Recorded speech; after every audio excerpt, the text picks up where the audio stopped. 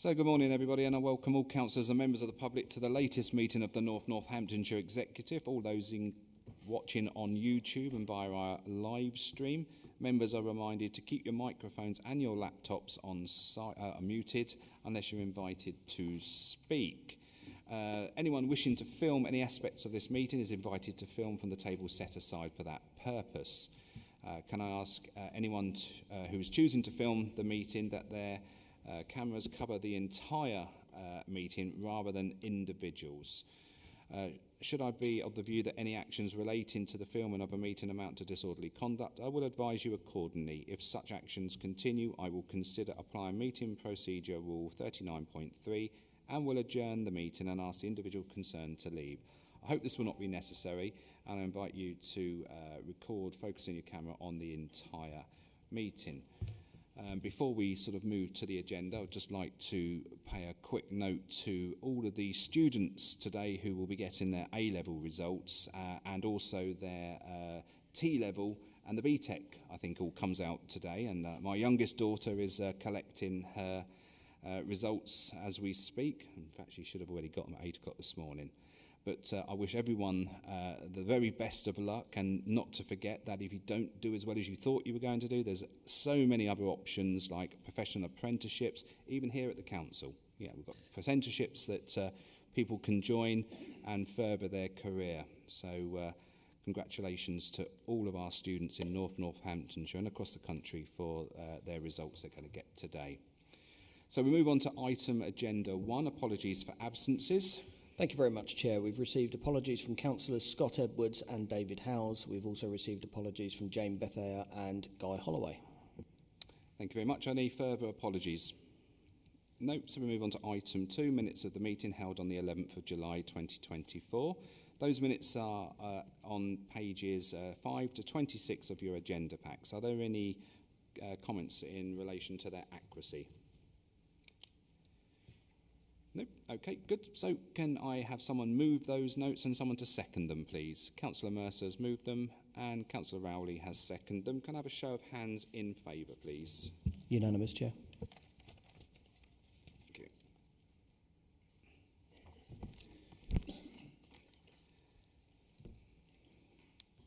Okay, so move on to item number 3, members' declarations of interest. Are there any declarations of interest from members?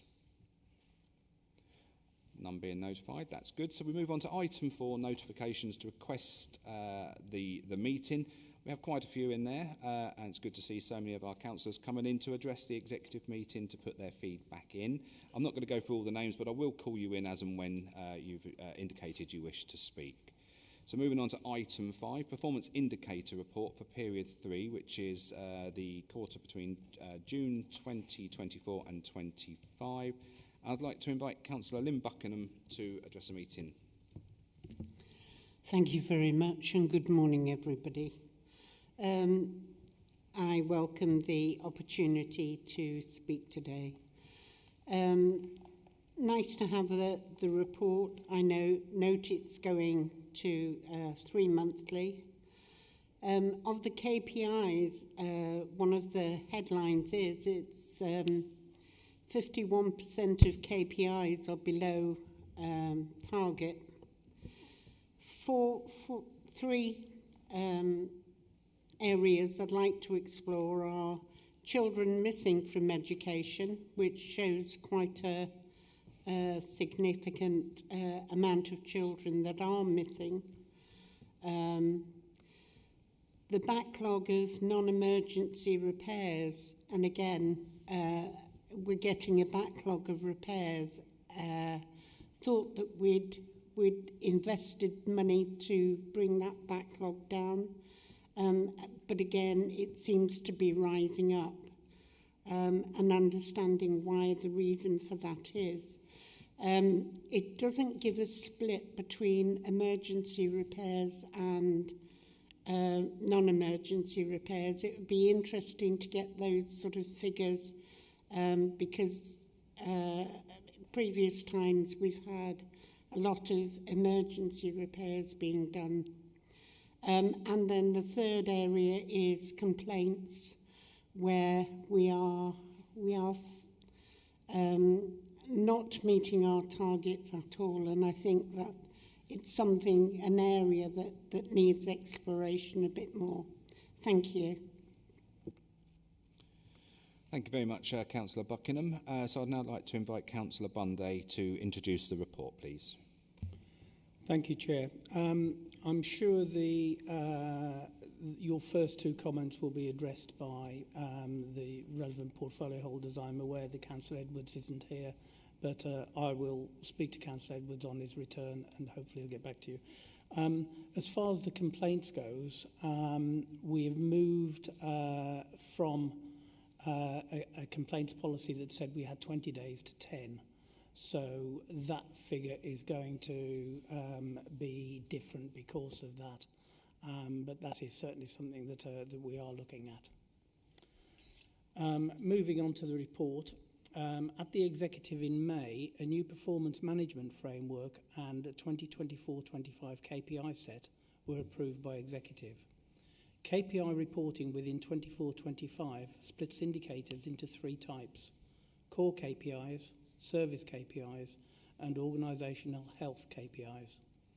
Core KPIs cover core business activities such as access to adult social care, homelessness, children missing education, access to children's services and educational health and care plan completions timescales, housing repairs, rates collection, highway defects, street lights in light, and planning application timescales. Service KPIs provide a more comprehensive oversight of the service delivery against the entire corporate plan. And organisational health KPIs cover human resources, customer services, governance, finance, and IT. This is the first 2024-25 KPI report to Executive covering the core KPIs, service KPIs and organisation health KPIs for the month of June and Q1 period 3. For clarity, the set of core KPIs is being shared with all members on a monthly basis. The full set of service and organisational health KPIs is reported in alignment with the frequency of financial reporting to Executive quarterly. So in summary, performances are as follows. 35 KPIs are reported in a core monthly set and therefore feature within Appendix A. In reality, there are 44 RAG status KPIs, and this is presented because instead of 35, there are 3 highways defects KPIs, which are split into 4 categories. So they produce 12 results each. A further 104 service KPIs and 47 organisational health KPIs are set to be reported within 24-25. Those will be reported on a quarterly basis and feature within Appendix B and C. So in period 3, of those KPIs with a target set and where data is available, 23 are on or exceeding target and 13 within tolerance of target. For those KPIs where the polarity of direction of travel has been determined, performance has improved for 34 indicators and 39 indicators have changed by less than 5%. And of those, if they are deteriorating, they are still on target. I'm sure members will want to comment on KPIs with their own areas, Chair, and with that, I'm happy to propose the recommendation of paragraph 3. Thank you very much, Councillor Bunday. Members, I'm just looking around the table to see if there's any comments in relation to this. Councillor Mercer. Thank you, Chair. With regard to adult social care, the AFL 26, it's showing red, but it's actually 28 out of 32, so it's not, it's quite a small margin. The thing is that with this one, there are certain circumstances where although risk has not been averted, there are mitigating circumstances, like somebody might be homeless and not want to take any help, or somebody who's taking substances that they don't want to revert to not taking them. So there are certain circumstances where there are difficulty in preventing that. I would like to say also that on AFL 07, we have had sort of help with Thackley Green has really helped us to bring our standards up there. And on the public health, we've got some excellent reports, and in particular on the health checks. It's reports here that GPs don't always take up the health checks, but they're using now a lighter touch to get more GPs on hand. And there's also an extra fund that's been acquired, money to help with workforce health checks. So that's going to improve in future. Thank you very much, Councillor Mercer. Councillor Rowley. Thank you, Chair. To answer the questions raised by Councillor Buckingham, the backlog of repairs, we did have a project to clear the backlog that was caused because of COVID. That was done on time and below budget. The remaining budget for that has been used to clear the backlog that's shown, and projection is that by the end of the year we will have no backlog. In terms of the emergency repairs, that's stated on STP 09, and STP 010 has the normal repairs on there as well. And just to clarify something Councillor Bundy said, we set response for maintenance at 10 days. The national average is 20 days, so that's what we're looking at as to whether we're reporting too narrow a margin. That's all. Okay, thank you very much, Councillor Rowley. Councillor Brackenbury. Thank you, Chair, and good morning, everybody. Yes, just looking at the STP 16 and 17 on page 43, which are the percentages of major planning applications decided on time and non-major planning applications decided on time. I welcome the considerable improvement. We are always keeping a beady eye on these indicators, as well as others within the planning service. I know that will be of interest to the Planning Improvement Board as well, and we'll just keep looking at it, keep working at it, and keep driving improvement in that area. Thank you, Chair. Thank you very much, Councillor Brackenbury. Councillor Binley. Thank you very much, Chair. I just really wanted to draw attention to a couple of the KPIs that we have. First of all, there's STP 29 and STP 31. Just want to talk about some facts, which is quite pertinent, and I'll explain in a moment. When we look at these statistics to do with the repairs on our highways, if we look at last year, and the number of defects that we had outstanding at this point last year, we had 4,069.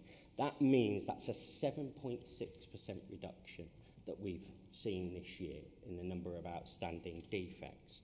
When we then look at the performance of Kier within responding to those repairs within the agreed timeframes, again, we see a fact here, and the fact that last year it was sitting at 86.81%, and this year we're at 91.96. That's quite a significant difference. And the reason that I mention that, Chair, is because I think that's really positive for the people of North Northamptonshire, showing that, you know, what our contractor, Kier Highways, that we use, we are holding them to account, we are driving forward performance, and that's shown by those figures. That is fact. So, Chair, when somebody says that the repairs being carried out are subpar, that I don't understand what figure is being used, what facts are being used to look at those statistics, because when you look at those, you can quite clearly see that there is an improvement, and quite a significant improvement within 12 months. We do know that, of course, that the highways need work on, but what that shows is that we are doing it. So I don't know when somebody says that something's subpar, what level they are using, because subpar means that it's below the average. So if somebody could tell me what the average is that's being used for that, otherwise that is just hearsay. And also, when they say that, when we have an MP saying that the service is shoddy and that the workmanship is shoddy, and that we need to hold them to account. This is exactly what this is showing. What I would say to that individual is she needs to hold her government to account to make sure that the people of her constituency see the investment that they were promised by the last government. This council is putting in £9 million over the next 3 years in additional work, and we are seeing a huge improvement due to the resurfacing programme that we've carried out this year, which is all published on our website. It's all open to see for every member of the public. What we need to see now, Chair, and of course one of the things that you've done by writing to the government and making this very clear, is we need to see that £149 million that we were promised over a 7-year period happen. And that's where I would say, look at the figures as an individual when you are writing open letters to this council, because the figures are there for all to see. You don't need to do a Freedom of Information Act request. It's there. It's publicly available. We make that available to all of the public. Hold the government to account and make sure that the people of this area get the investment that they were promised by the last government. Thank you, Chair. Thank you very much, Councillor Binley. Point well made. And I think it's probably fair to say that we did hold Keir's feet to the fire about 8 months ago. We had them in the office. We told them we weren't happy. I made it very clear that I wasn't happy with the level of performance. And they've stepped up. They've increased their activity. They've ensured that our highways are managed well. They've ensured that they're repairing things to the best of the ability at all times now. Obviously, with so many repairs that are going on, which you've already articulated about, there is going to be some repairs that do fail. It's nature. It's the way things happen. And, you know, it's worth reminding people that, you know, if a road repair fails under the contract, Keir come and do it at their own cost. So it's no extra cost to this authority. And you make a really good point about the funding that's been promised to us by the previous government, and as you referred to, my open letter to the Chancellor was to hold their feet to the fire and to ensure that Northamptonshire gets that sum of money, because that's a considerable amount of sum of money for this area to make some major improvements to our highways. It's the time to be counted as MPs. Stand up and hold your own government to account. Councillor Penton. Thank you, Chair. I just wanted to highlight the ever-growing number of KPIs that relate to the climate and green environment area of the Council's work, and how important they are in being able to track our progress on this. As you can see, these are moving in the right directions, the ones that we've got reported on this month. For example, the number of electric vehicle charging points per 100,000 of the population is steadily increasing quarter on quarter, which is, it needs to happen, but it's really good to see that it is actually happening. So I'm pleased to see the progress that we're making in all these areas, and I know that there'll be more KPIs coming forward in relation to this area so that we can make sure we're continuing in the right direction. Thank you. Thank you very much, Councillor Penton. So we've looked at all that, and Councillor Bunday has moved the report, the KPI report, performance indicator. Can I look for someone to second that report? Thank you very much, Councillor Brackenbury. You will see the recommendations are set out on page 28 of the agenda pack. They've now been moved and seconded. Can I have a show of hands in favour, please? Unanimous, Chair.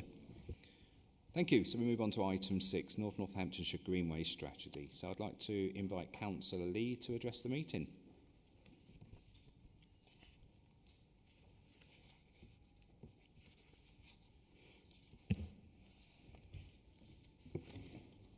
Thank you, Chair. What a great project this is. A long time in the making. I wanted to express my support for the adoption of the Greenway Strategic Master Plan for this plan. On page 98, we find the vision of the Northants Greenways. It's beautifully described and something to be proud of. And I'd just like to read it out, because a network of safe, non-motorized green corridor routes between Rushden, Higham Ferris, Erdlingborough, Irchester and Wellingborough, suitable for use by cyclists, walkers and wheelchair users. That's great. On page 124, again, reference is made to safe and attractive routes for disabled cyclists as well. And I want to add to that, if it's fit for wheelchair users, then it should also be fit for people in pushing prams. As a new grandmother, I found there's a whole army of mothers and grandparents fathers as well, of course, caretakers pushing prams, wheelchairs. And now the surface, that's what I wanted to talk about, the surface of these paths, of that wonderful Greenway project, that's important. And anyone who's tried to push a wheelchair around the lake in Wicksteed Park, which is not a public area, but knows how difficult it is to go over gravel. Now, the design of the wheelchairs, not of the wheelchairs, of the Greenway, of the surface, there's a mention of that there will be design recommendation booklets, including for the surface of these paths. And I just wanted to ask if the design of the surface in that booklet, whether that will also be applied to the link routes, the connecting corridors, because you've got the cycle routes in the Ice Valley, the very welcome cycle routes that we expect to link up to the Green Patch as well. Now, the specific surface to be used will be crucial to whether that vision can be reached or not. For example, gravel would be less suitable for wheelchair users, especially on a slope, whereas asphalt is a much more stable surface to cycle on. No reference is made to prams, but it is made to pushchairs. But the vision statement is clear. So I hope that the surface over the whole network will be suitable to achieve the vision. Thank you very much. Thank you, Councillor Lee, for your positive comments and support in this particular strategy. And I'm sure my able colleague to the left of me will answer many of your questions in her presentation. Councillor Maxwell, I've got you down to speak on this. You have a maximum of 3 minutes.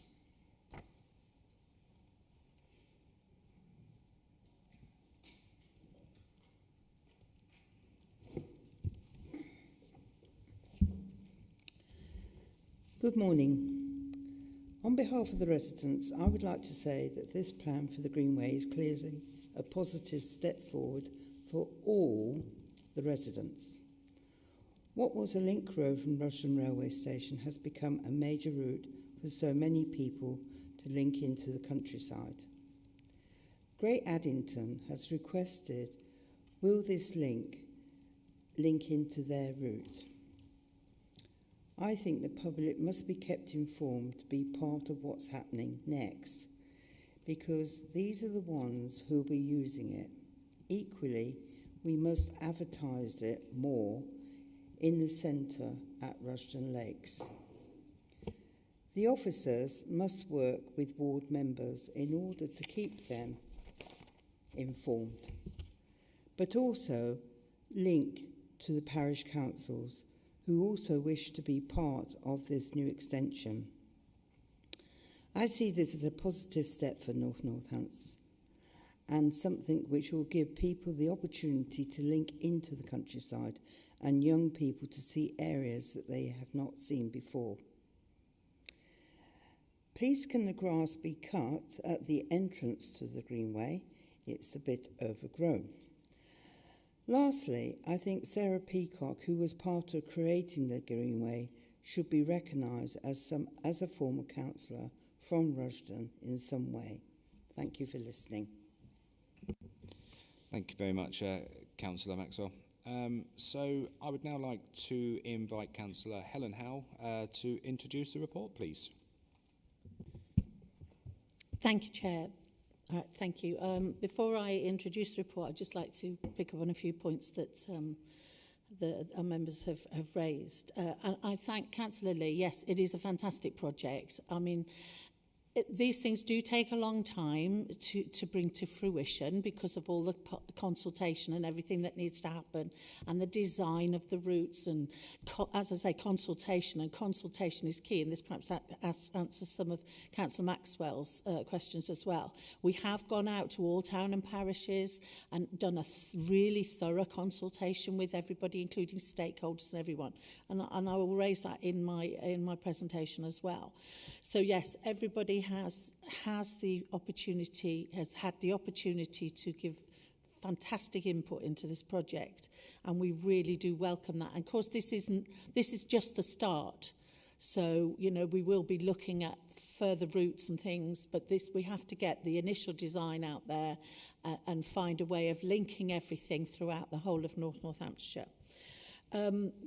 Councillor, you mentioned about the surface. You're absolutely right. If it has to be suitable for wheelchair use, then it obviously is going to be suitable for pushchairs and prams. That is absolutely key to this, making the whole route accessible to everybody. So yes, that will be part of every bit of consultation and bids that we go out for to get funding for the development of all those routes within the Greenway project.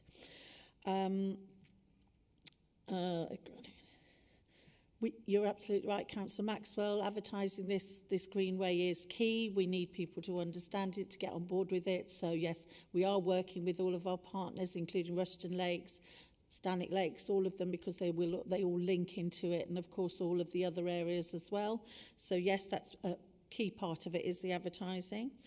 And you are right, grounds maintenance. The maintenance of this is a big part of this project, and I'll explain the rest of that within my presentation.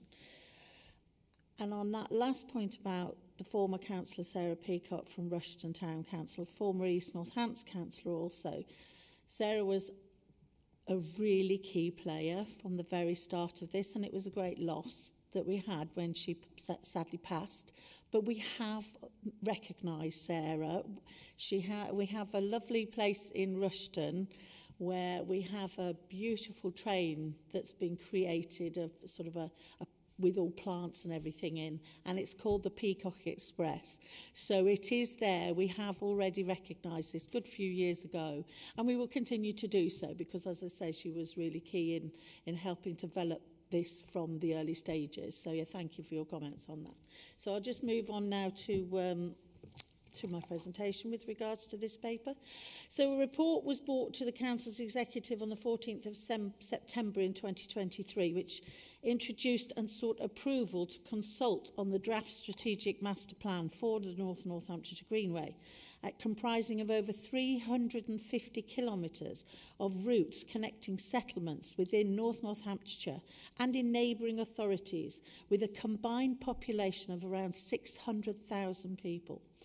Between 21st of September 23 and the 1st of November 23, public and further stakeholder consultation was undertaken. By way of a reminder of the key objectives of the North Northamptonshire Greenway, these are to enable people to choose to walk, wheel or cycle for a range of trips, purposes including school, commuting, everyday and leisure trips, to deliver an accessible, inclusive, active travel network in line with current design standards in terms of coherence, directness, safety, comfort and attractiveness, to help to deliver the North Northamptonshire Greenways infrastructure network, including the Eyes and Nen Valley corridors, to improve the tourism offer across North Northamptonshire with connected market towns, nature reserves and tourism sites and circular routes, to improve the viability of North Northamptonshire towns, aiding local businesses to improve access for commuters and shoppers, to provide safe routes to schools, provide additional sustainable transport options for residents who don't own a car. And the purpose of the public consultation was to determine the level of support for the North Northamptonshire Greenway strategy, to seek feedback on the Section 106 funding formula, and to understand the route prioritisation criteria and identify if there are any gaps. So the report presents the final version of the North Northamptonshire Greenway Strategic Master Plan following that consultation. So the strategy will provide a clear vision and definition for the Greenway, an evidence-led master plan to shape investment and development over the next 10 to 20 years, work towards a formula to calculate developer contributions, seek further guidance on rights of way and their role in developing greenways and ensuring the greenways are designed to current national standards, a clear link to the LC WIP process to bring these to rural areas, and a master plan which will link to policies such as the local transport plan and help shape and influence decision-making. So during the Greenway Strategy consultation period, using the various means available to consultees, local people, interested parties and organisations, they contributed to the consultation as 294 times. Nearly all of the feedback received was via the questionnaire, with 288 respondents participating via the questionnaire and 6 respondents submitting a written response. 88% who responded strongly supported the creation of a greenway for North Northants. Respondents to the survey also found most of the draft objectives relative to the vision and that helping to choose walking, wheeling and cycling resonated the most with them. Specific comments received in the main related to safety, maintenance, inclusivity, deliverability and connectivity. So in March 24, the Greenway Programme Board considered the outputs from the consultation and the comments received from the specific organisations. As a result of the feedback received, several changes have been made to the final document. The main changes following the consultation and further feedback from key stakeholders are as follows. So now referred to as the North Northamptonshire Greenway, the vision statement has been amended to: the North Northamptonshire Greenway will be a strategic rural network for safer, largely traffic-free routes suitable for walkers, wheelers, cyclists and equestrian users where appropriate, connecting settlements, employment, leisure and tourism destinations across North Northamptonshire and beyond. And this is to reflect equestrian users and their needs when developing the North Northamptonshire Greenway. Environment Agency comments have been incorporated and referencing their involvement with routes close to rivers and the need for flood risk assessment and adequate measures in place for disposing of waste when constructing.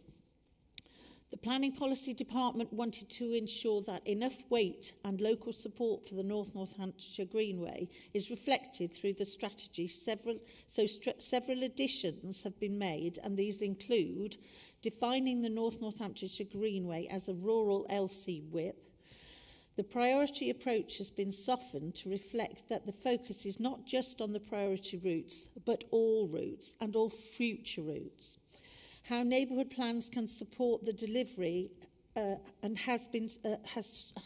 so how our neighbourhood plans that can support the delivery, and that has been strengthened. Maintenance of existing routes came up a lot through the questionnaire responses, and it was specifically mentioned by a local landowner in their written response. It is now made clear in the strategy that maintenance arrangements need to be agreed before any spade in the ground starts, and this includes designations, bin emptying, bench maintenance, just for example. The themes that emerged from the survey regarding safety maintenance, inclusivity, deliverability and connectivity have been addressed as above and through the emphasis that there is not a one-size-fits-all approach, and through the change to the vision and through consideration for installing appropriate furniture for intended users. Added reference to the tourism and leisure strategy has also been included, and it's been made clear from planning policy officers that more work is needed on the developer contributions formula.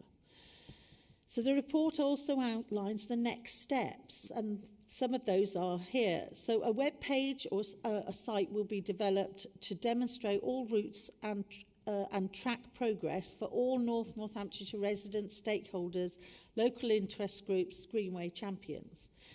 Increase the promotion of the existing Greenway routes, working with the Discover Northamptonshire team, and this includes developing an online interactive map, route brochures and attending external outreach events. We will continue to recruit Greenway champions. A role profile has been developed to provide clarity around what being a champion means. Biannual meetings with local interested groups will be held to share successes, overcome barriers, and to continue raising the profile of the Greenway. We'll continue to engage with landowners and key partners such as Nen Rivers Trust and Active Travel England. The 4 member locality leads are invaluable in this stakeholder liaison. There will be ongoing engagement with stakeholders to produce further design recommendation booklets, and we will continue to explore all opportunities to secure external funding to deliver phases of the Greenway programme. Interested groups from villages and towns on the routes have come forward since the consultation to show their support and to work with us to help identify the scope and routes. Since the consultation closed, work with Braybrook Parish Council and the local landowner has resulted in £100,000 being secured through a variety of external funding sources to deliver the section from Market Harborough to Braybrook. And whilst the focus of this strategy is to develop new routes across and within North Northamptonshire, it also has a role in connecting residents to facilities in our neighbouring areas. Securing this funding shows how effective working with interested communities and landowners can deliver the Greenway, and will be used as an exemplar across North Northamptonshire to deliver further routes. The plan will support the Council and its partners to prioritise future routes for the Greenway and to inform future feasibility studies that will assist the Council to secure developer contributions and other external funding to deliver the programme. The strategy explains how the Greenway will be delivered across Northamptonshire, and the design recommendation booklets will provide clear summaries of each route, their length, surface, land ownership, costs, key stakeholders and route constraints. The strategy development has been funded through external funding from the Shared Prosperity Fund. It does not include specific saving targets or future expenditure proposals at this stage. However, the strategy will inform future capital investment in the Greenway through developer contributions, external funding bids and any capital investment that the Council may or may not choose to consider. Since the report was published, there's been a minor change to the proposed logo following consultation with the executive members, and that's to include a wheelchair user, and this will then highlight the accessibility of the routes. Approving this report allows us to continue the work on this project, as this is actually just the start. And I would like to thank the 4 ward councillor members, locality leads, who continue to develop positive relationships with landowners, stakeholders and council officers to scope and progress any and all opportunities for the Greenway programme in the 4 areas. They are Councillor Jeff Shacklock, Councillor Clive Hallam, Councillor Kevin Watt and Councillor Jan O'Hara, who took over from the late Councillor Mike Tebbett. This has been a mammoth project with many key stakeholders contributing to the development of this plan, and I'd like to congratulate and thank them all, along with our officers, and especially Lucy Hawes, who's worked tirelessly on this Greenway project since its inception, and Jack Pishorn and Kerry Purnell for getting us to this point. And therefore, Chair, after that long introduction, I'm delighted and truly honoured, actually, to propose this recommendation as set out in section 3 of the report.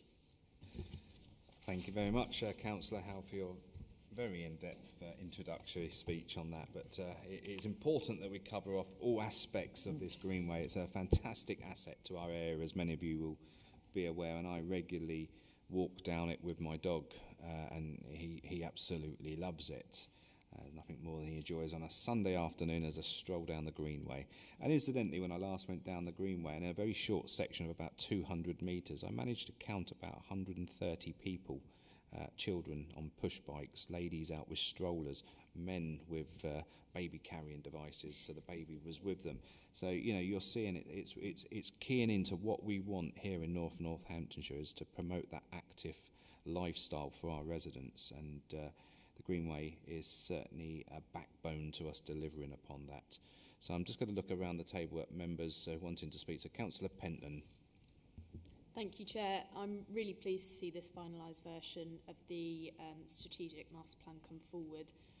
As Councillor Howell has highlighted, it's a very collaborative document with many stakeholder engagement events and meetings, which really allows us to have the very best document coming forward. As with Councillor Smithers, I'm a great advocate of the Greenway, very lucky to have it right on my doorstep in the Higham Ferrers ward, and use it alongside many other residents on a daily basis. As the report highlights, it's a really important way of promoting safe, sustainable travel and allowing residents to interact with our countryside, but also to get between our lovely towns and villages. So I'm really pleased to see this and to see the progress that will be made as we move forward with the routes. Thank you. Thank you, Councillor Pentland. Councillor Mercer. Thank you very much, Chair. Well, it's absolutely fantastic. Such a prospect for the health and well-being of our area. And I well remember, I think it must have been about 15 years ago, East Northampton Council making the first step, putting £1 million into this project. It was very far-seeing. It wasn't the norm then to promote active travel. And it's certainly paying off by setting the precedent for this fantastic project. It was mentioned also about Sarah Peacock, and I thank the speaker for bringing that up and for you to mention it. Sarah was not only instrumental in the actual start of it, but she saw it through. She was on the Greenway board, always very hands-on with it, so really pleased about that. And also pleased that the developer contributions are going to be looked into, because I think that's going to be an excellent sort of extension to be able to find extra funding for that. You mentioned safety, and that's a high priority. Safety of the walking along the routes is paramount, but also safety when they're near water. And so with tragedies we've had recently, I'm sure that's going to be very prominent in thinking when these do go near to rivers or streams. So really commend the project, and hope to see it in fruition in not too many years' time. Thank you very much, Councillor Mercer. Councillor Binley. Thank you very much, Chair, and thank you very much, Councillor Howe, for your very detailed introduction. I'm not sure there's all too much that could be added to that, in all fairness, but let me try. First of all, as Councillor Pentland rightly highlighted, and I will talk about this from a slightly more selfish perspective as a portfolio holder, but of course the health benefits, etc., of getting people to have and to be enabled to use these more active routes is absolutely great. From the selfish perspective, of course, it means less people travelling on our roads, which means less wear and tear on them. So there's another added benefit to this as well. But it's with that connectivity of the towns that we don't necessarily have at the moment. I'll probably answer one of the points that's been raised for you, save you a little job on water safety, because as you know, Councillor Howe, it's something that I've been working on. So unfortunately, due to the tragic circumstances around the loss of life in Wellingborough in the River Nen, and it is Nen before people start arguing whether it's Neen, we are currently, as a local authority, working with multiple agencies, mainly the Environment Agency, who have the responsibility for water safety. They, I won't say too much at the moment because they are awaiting final sign-off. However, they are looking at some significant investment along the river, that stretch of the River Nen, all the way up from Wellingborough to Chester House, to not only include life-saving devices, additional signage, etc. So there's a whole review that's being carried out along there. Because, of course, having worked with them, we've made it clear of what's happening with the Greenway strategy so that they're aware of that and are able to put those things in place. We're also doing our bit as a local authority. We are a landowner as well as other multiple landowners along the river there. So that is definitely in hand. But I really welcome this report, Chair, and thank you to all involved. Thank you very much, Councillor Binley. Councillor Brackenbury. Thank you very much, Chair. And like colleagues, I mean, I absolutely welcome this report. It's a fantastic piece of work. It's involved councillors, it's involved outside stakeholders, it's involved Lucy and her team as officers. It's involved so many people who have fed into this process and made it the very, very excellent report that we're considering today.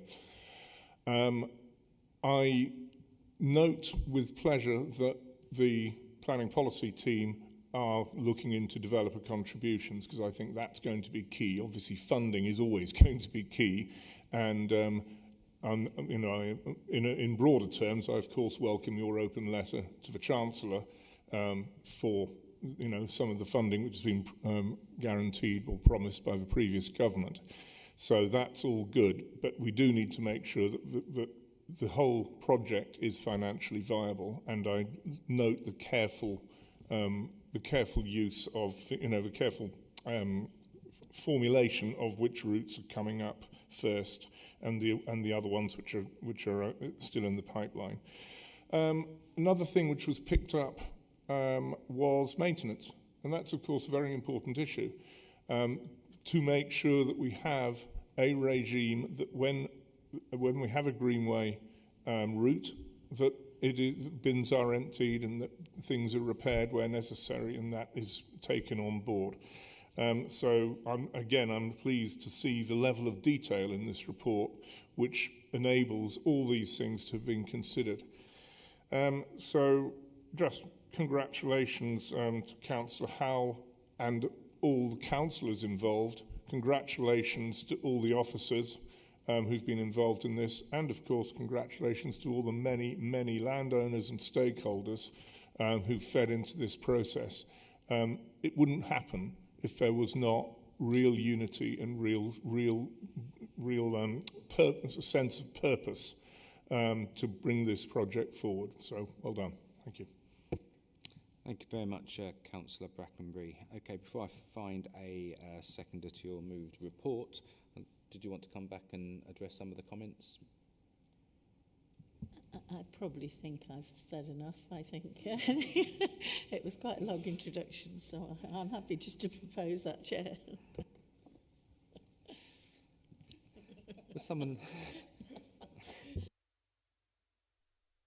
Would someone like to second that? Councillor Mercer, thank you so much. So the recommendation has been moved and seconded, and you will see the recommendations are on page 62 of the agenda pack. Can I have a show of hands in favour, please? Unanimous, Chair. Thank you very much. So we move on. So the priority places cultural allocation for North Northamptonshire governance arrangements. I'd like to invite Councillor Lynn Buckingham to address the meeting. Thank you very much. Obviously, I'm going to welcome the investment that this brings in. A real boost, and a lot of the projects are relevant, especially the small grant programme. I think will help a lot of places apply for funding for smaller bits, which has got to be welcomed. There are, however, some things that I'd like to clarity on. What is a heritage interpretation project? Because I'm not quite sure on that one. Do we have an update on the bingo hall, on the community ownership fund bid? And what is Project M? Where is it based? It doesn't tell us, so just a bit of clarity around that. I know that there's going to be a members panel, but most of those members are sitting around this table. So wonder if there's any opportunity for opposition members or members from other parties to sit on that panel, that you know, because we too are culturally important. Thank you very much. Thank you very much, Councillor Buckingham. Councillor Maxwell.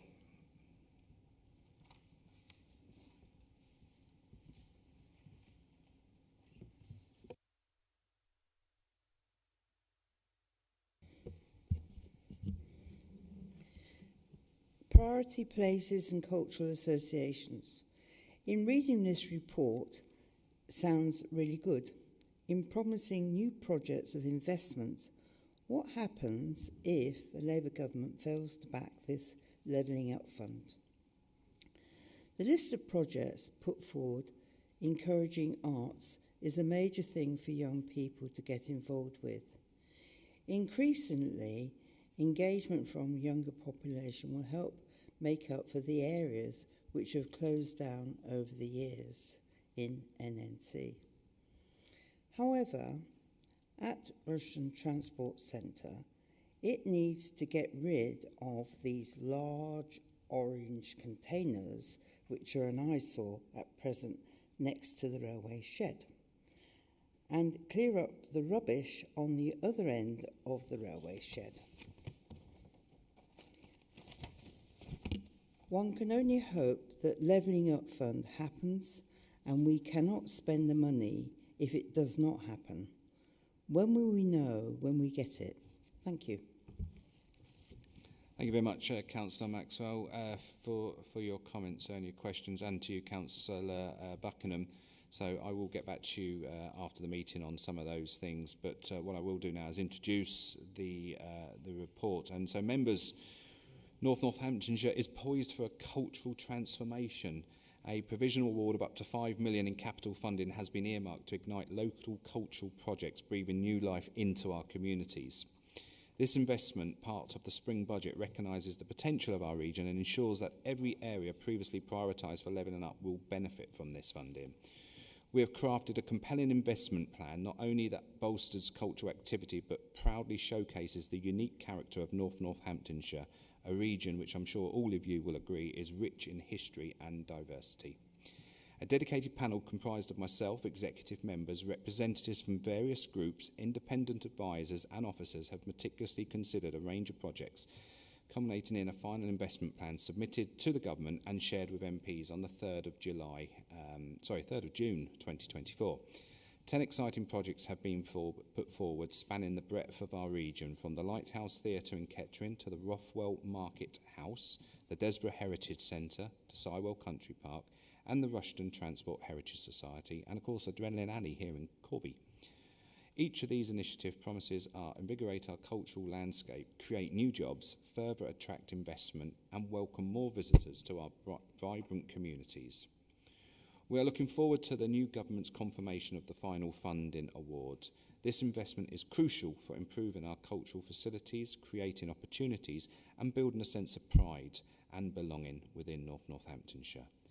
If the new government decides to cancel this funding, it would significantly impact the completion of these projects outlined in the investment plan and the creation of the new jobs, investment, increased visitors and other anticipated benefits. The report outlines the proposed arrangements for delivering this programme, including governance and the reporting requirements.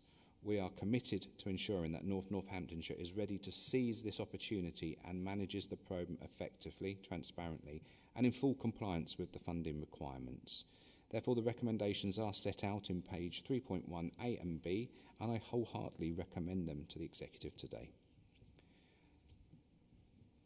Members, Councillor Mercer. Thank you, Chair. Having been on the panel looking into these projects, there are some really fantastic projects here. We only get a small flavour of it from the papers. But there's so much anticipation, so much hanging on these projects. They just won't happen if they don't get this funding. So I really hope that the new government does honour this funding. It will be a disaster for all of these organisations if that doesn't come forward. And so I really look forward to hearing positive news and that these projects can proceed. Well, absolutely, Councillor Mercer, and we all know the ambitious plans that the incoming government has around building and infrastructure within areas. So this is a fundamental part of putting some infrastructure into our area. £5 million worth of capital funding is not to be sniffed at, as they say, and I really hope that they do commit to that funding and commit to it quickly. So just looking around the room, Councillor Howe. Thank you, Chair. Yes. As part of the panel, when we were looking at the bids, and obviously a lot of these organisations have taken a considerable amount of time developing their bids, and a lot of them are not professionals in doing that sort of work. So it's when you think about the time and the effort that they've put into for these bids, it would be an absolute travesty if they were unable, once now we have determined that they have met the criteria and that they're, you know, we've put them forward to government, it would be an absolute travesty if they aren't able to realise their potential for the whole of North Hants. These projects are fantastic projects. They will provide us, as the leader has just said, job opportunities, cultural opportunities, heritage opportunities. And one of the things that was really, really key in part of the bid was for us to have a pot of money, the £500,000, to enable smaller cultural organisations to get some assistance, which is really quite difficult for these smaller organisations, bearing in mind most of them run with fantastic volunteers who give up their time to provide these cultural and heritage offerings, and especially for our children. You know, we have a wealth of culture and heritage here in Northamptonshire, and without supporting these smaller organisations, they really do struggle to develop the offering that they have. So getting that smaller grant pot of money as part of this bid will help far more organisations and make culture more accessible to everyone here in North Hants. And as I said, if the government now, the new government now pulls back on this funding, all of those organisations that have spent time, effort and money in creating these bids to put forward so that they can be chosen, well, quite frankly, it doesn't bear thinking about, because heritage and culture in Northamptonshire is really important to our health and well-being, to our understanding where we live, to being and feeling part of this community. And I just hope that we are able to realise that funding and develop these opportunities, as I said. So, yeah, thank you, Chair. Thank you very much. Just looking around the room, Councillor Rowley. Thank you, Chair. Yeah, fully agree with what's been said. Sitting on the panel, all of the bids that we had were excellent. We had to narrow it down, unfortunately. It would be a travesty if we found that this 5 million wasn't put forward. And I know in June all the MPs were fully supportive of this. I would hope that the new MPs are all as supportive for this £5 million and are badgering civil servants and the relevant secretary to make sure that we get this funding. Thank you very much, Councillor Rowley. Councillor Brackenbury. Thank you, Chair. And you know, in common with other colleagues, I was on the panel too, and you know, the detail and the hard work that's been put in on all these bids is something very much to be commended. Well, like you, Chair, I mean, I agree that we have a new government. That new government has very ambitious plans to build houses and to, you know, and all of that. And you know, that is, you know, a part of their policy. But it isn't just about building houses. It's about a wider infrastructure. We all talk about infrastructure. Now, what does that actually mean? Well, it can mean, you know, dentists. It can mean NHS provision. It can mean shops. It can mean transport and highways. It can mean all sorts of things, but it absolutely can mean culture and some of the softer stuff as well. And I think that the government should just take note that these projects are really valuable. These projects are valuable for the good of the residents of Northamptonshire. A lot of these projects, the funding will actually pay for itself in terms of improved economy and footfall. So it would be lamentable if the government were to turn off the funds. There's no indication that they are going to, but it would be very, very bad if they did not come forward with these funds. And I echo Councillor Howell. You know, a lot of people spent a great deal of time, effort, and money putting these bids together. And I just hope that we can continue, that the government will come up with the funds so that we can support these very, very worthy bids. Thank you. Thank you very much, Councillor Brackenbury. And when I was at school, one of my school English masters always used to say to me, it's I before E, boy. Well, that's certainly what this is. We want the investment before the expansion. So let's get some of that money in and let's begin to sort of have that investment, and then we can expand here in Northamptonshire. Looking around the room for any further comments? No? Okay, so the recommendations are set out on page 244, and I have moved those recommendations, and I'm assuming Councillor Howe will be seconding my recommendation. Thank you very much. So that's been moved and seconded. Can I have a show of hands in favour, please? Unanimous, Chair. Thank you very much. We now move on to item 8, Wren Secondary School Expansion Phase 2. And I'd like to invite Councillor Harriet Pentland to introduce the report in absence of Councillor Scott Edwards. Thank you, Chair. As you've just said, I'm taking this report on behalf of Councillor Edwards. This is the Wren Secondary School Expansion Phase 2 paper. A summary of this paper is that, as it says on the tin, it's to agree to expansion of Wren School. Currently, there is a deficit in secondary school placements, particularly in the Wellingborough area, and this project seeks to address that. The process will start in September 2025 and will create an additional 30 Year 7 places and a few in-year places as well. So the school's PAN will increase from 270 to 300. The funding for this comes through the Department for Education's Basic Needs funding, and it has a budget of over £1.5 million, which includes a 30% contingency. The recommendations are set out in 3.1 of the paper, but before I move to those, happy to take any comments from colleagues on this. Thank you very much, Councillor Pentland. Councillor Mercer.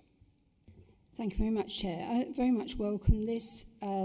There's obviously a dearth of places in around the Wellingborough area for secondary school children, and this is part way to providing extras. One can see, though, that this is an expensive business, 1.7 million for 30 places. So it's not something that we can do lightly. We have to do it because of the shortfall. I'm just concerned that if when VAT is put onto private schools, that we might have an influx of pupils coming to us. I've seen anywhere from 17,000 to 224,000 in estimates. It's an unknown quantity. Nobody really knows. So I am really concerned that we'll suddenly have an influx of pupils. And it's not just teachers we need to provide, which the government has said they want to provide new teachers. It's the building, it's the infrastructure. It is costly, as we just said, 1.7 million for 30 places. What would it be if we had hundreds of extra children? And I don't know whether the department has done any sort of analysis or projections of what might happen, but I think we might really need to start working on that, because the government has said it's definitely going to put the VAT on these places, and we just don't know what the outcome of that is. And this goes for the next paper as well, because obviously we've got 2 schools there where we're expanding, and it's a similar sort of cost in both cases. But, you know, I'd say the same, but I won't repeat myself on the second one. Thank you very much, Councillor Mercer. And look, it's fantastic news, £1.7 million being invested in a school. You know, we can't take away from that type of investment. And, you know, if we look at these other two items which Councillor Penton will be delivering in a minute, it includes further investment. I get your argument about the unintended consequences of a policy decision within the new government that may apply pressure to local authorities up and down the country when people, you know, that cannot necessarily afford to send their children to private school, who are foregoing many other things, so they're just making the grade, making just enough money to get their children to into a private education. And ultimately, the responsibility for those children, if they can't go to the paid-for school, comes down to us, you know, the local education authority, to find them places. That will no doubt put an additional burden on this authority and authorities up and down the country. And I'm sure, you know, the incoming government will recognise that and understand that, you know, if they have to fund more capital build projects in the schools up and down the country, that they will have those contingencies in place, because we wouldn't expect an incoming government to have made a policy decision that would have that type of impact up and down the country and not have the capital to support that particular policy. So we want to see that. If you know, it's great that we're investing here in Northamptonshire, and I'm sure you know, the school will be absolutely thrilled with this investment and the pupils going into the new classrooms and so on. Just looking around the table if anyone else has got anything to add. Councillor Binley. Thank you very much, Chair, and I too welcome this, because I'm all too aware of the challenges that we have with secondary school places, particularly in Wellingborough, because of course home to school transport falls within my portfolio. So I know very well that, for example, you know, Earls Barton as an example is covered by Weavers, which is within my ward. But of course that fills up very, very quickly, and so of course then the next closest available one in this instance is Wren. So I really do welcome this, and of course you know, Councillor Mercer, you raised quite an important point. You're concerned. I'm petrified about what's potentially coming down the road, because of course I understand the ramifications that it will have on home to school transport. I've spoken to a number of individuals who do send their children to private school, in fact, Wellingborough, as an example, who transport their own children there. And of course, they've said to me that they won't be able to afford it moving forward if these changes come forward. And of course, then I know that the knock-on effect is that as a local authority, we will then end up being responsible, and in most cases, responsible for the home to school transport. It's a big issue there. You know, we're quite challenged as it is anyway, as we know. In fact, I'm sure Councillor Bunday is going to talk about it a little bit later on in one of his reports. So to be pushed even further concerns me, and the work that this paper entails is a really, really positive step, because actually it has a knock-on effect that hugely benefits us when it comes to things like home to school transport, because it means we're then not having to transport children further afield because you've got that overspill, and of course that is all off the back of the fact that parents do have parental choice to send their child whichever school they wanted to. I mean, back in my day, you didn't have that. You went to the catchment area, that was it, that was your choice. Appreciate that wasn't as far back as yourself, Chair, when you went to school, but still there was that in place, and you didn't have the choice. So we have to accept that that's potentially going to happen, and I am really alarmed by that.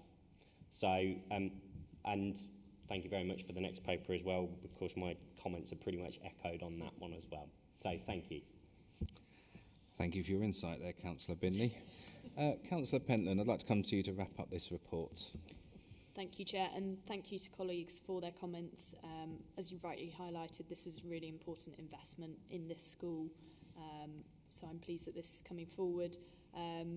I understand that our excellent officers regularly meet with Department for Education regional officers regarding sustainability of places in the short, medium and long term, and we'll keep this under close review moving forward as well. So with that said, I'd like to propose the recommendations that were set out at 3.1. There's Part A and Part B. Part A is the agreement to the expansion, and B is delegating authority to the relevant officers and councillors in relation to seeing this fall through. Thank you very much, Councillor Pentland. Would someone like to second that? So, Councillor Binley, thank you very much. So that has been moved and seconded. The recommendations are set out on page 256, and Councillor Pentland has read those recommendations out. Can I have a show of hands in favour, please? Unanimous, Chair. Thank you very much. Before we move on to the next item, I think we should have a 5-minute comfort break, and if we could just come back promptly, that'd be good. Thank you.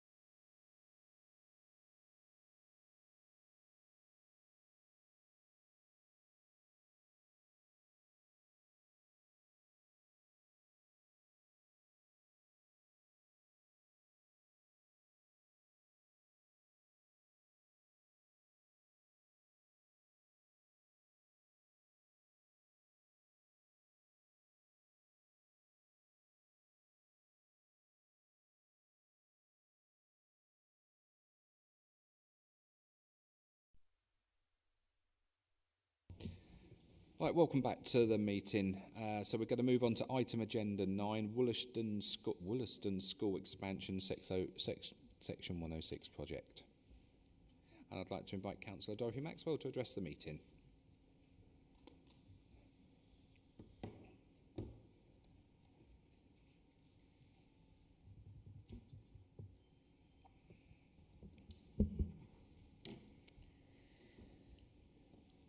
Section 106 project for Wollaston School.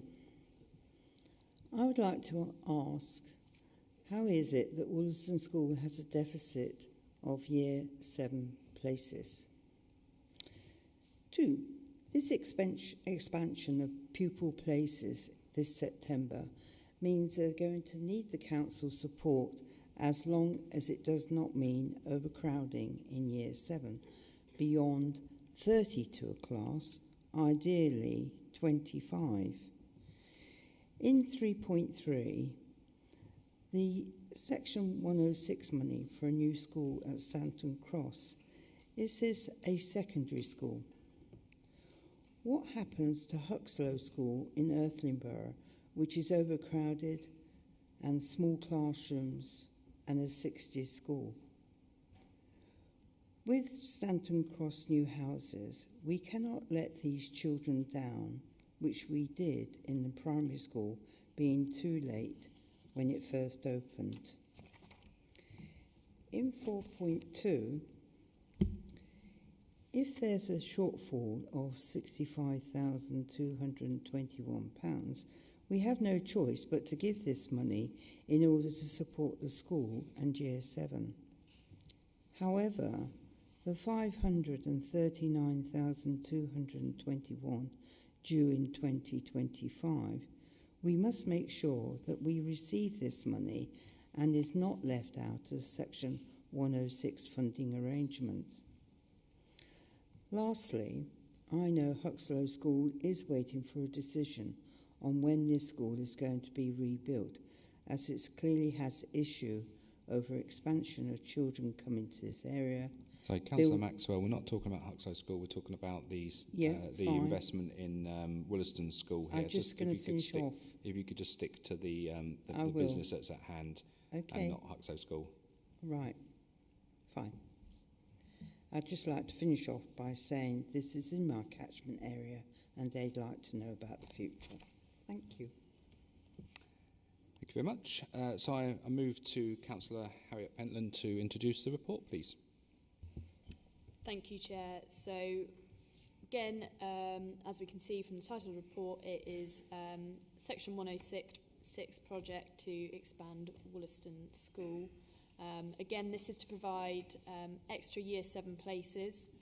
It was approved by the Section 106 board on the 13th of June, and there will be a temporary start to this project in September 2024. And it will be permanently from September 2025.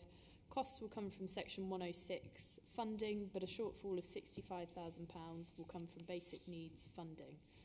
And it will provide an extra 16 places in 2024 and a further 8 in 2025. With regard to the questions from Councillor Maxwell, I'm sure that someone will be able to come back to you on those with the specifics around what you've asked.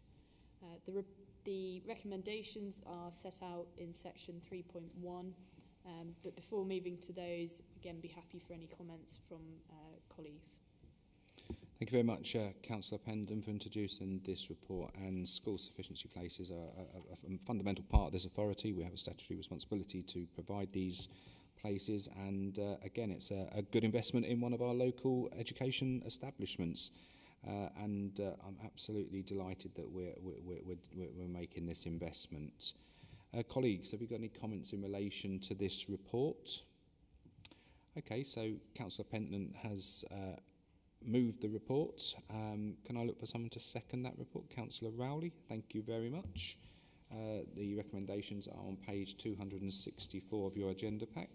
Can I have a show of hands in favour, please? Unanimous, Chair. Thank you very much. So we now move on to item 10, Whitefriars Primary School SEND unit provision. And again, Councillor Pentland, if you'd like to introduce the report. Thank you, Chair. This is another really important investment in one of our local schools, particularly in relation to SEND provision. So this is for Whitefriars Primary School, and it is a capital project to build a SEND unit at the school in Rushden. Be for children aged 5 to 11 with moderate to complex needs, and would open in January 2025. It'll have 4 classrooms with its own drop-off and pick-up points and external play area, but importantly it will still be linked to the school to provide joint facilities such as dining and PE facilities. There will also be provision to provide extra parking for teachers by removing the mobile building and container. As we've highlighted, it's another commitment and facility for SEND students who, as we know, have increased in numbers over the years, and we need to make sure that we are providing the right facilities for their education. As with the other reports, the recommendations are set out in 3.1, and those are to agree to the project, and Part B is to delegate authority to the appropriate officers and councillors. Again, before moving those, happy to take any comments from colleagues. Thank you very much, Councillor Pentland. Councillor Mercer. Thank you, Chair. I very much welcome this. This actually in my ward. There is a real shortage of places to send pupils.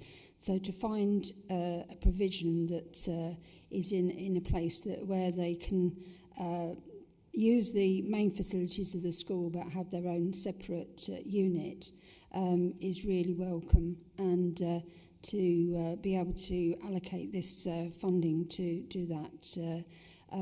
We've seen other projects where we've had extra SEND units as well in recent few meetings. This is just the most recent one, but it's really good that we're looking forward. We're making this investment in our pupils, and I really welcome this. Thank you very much, Councillor Mercer. Councillor Howe. Thank you, Chair, and thank you, Councillor Pentland, for introducing this on behalf of Councillor Edwards. So it's another fantastic report. This council identifies the need and continues to invest in the much-needed SEND provision. What I'm delighted to see here is that although they will have 4 individual classrooms, that the students will be able to share all of the other facilities like the dining and the playground and things, so that they can integrate with all of the other students. And I think that's really important, that they get an overall feel of being part of that educational environment. So I really welcome that. Thank you, Chair. Thank you. Councillor Pentland, did you just want to wrap up on that, and I'll find you a seconder. Thank you, Chair, and thank you, colleagues, for your comments. It's worth saying again that we just recognise the importance of making these investments into SEND education.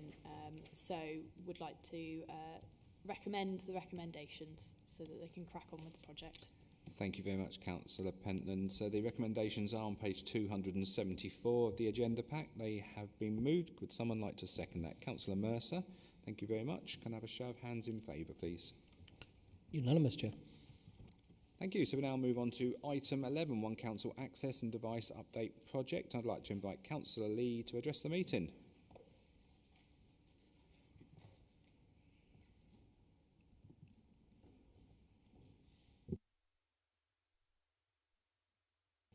Thank you, Chair. This report recommending the purchase of new, more efficient and up-to-date computers and laptops for staff fit for Windows 11 in 2025 or now for use in 2025 from then onwards is well written. I have heard anecdotal evidence of staff in some departments having to share laptops even during COVID, which is not ideal.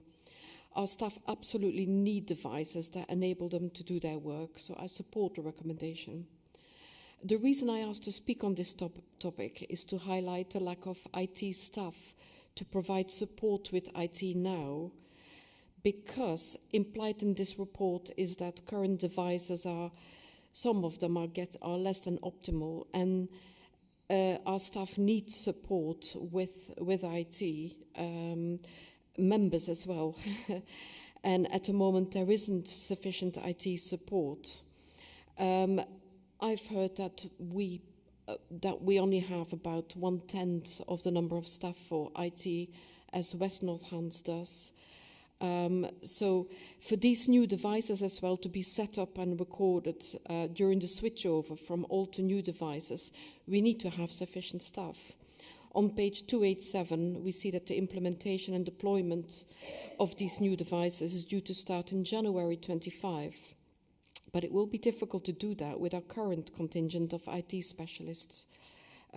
So not only do we need more available, accessible and reliable IT devices, but also more available, accessible and reliable IT support staff to support us all with IT. Thank you very much for listening, Chair.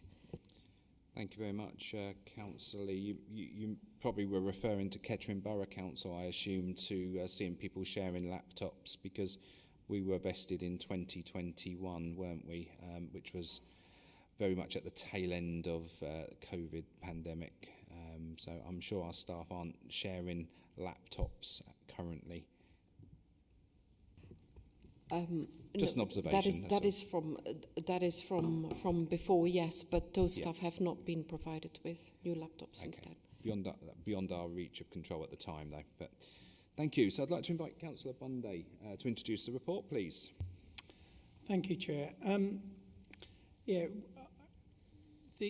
The question about number of staff and the fact that we've got 1/10 of the number of staff that the West have got as far as IT support goes is probably down to the legacy situation that future Northants agreed that the West would support the IT that came over that we inherited from Northamptonshire County Council.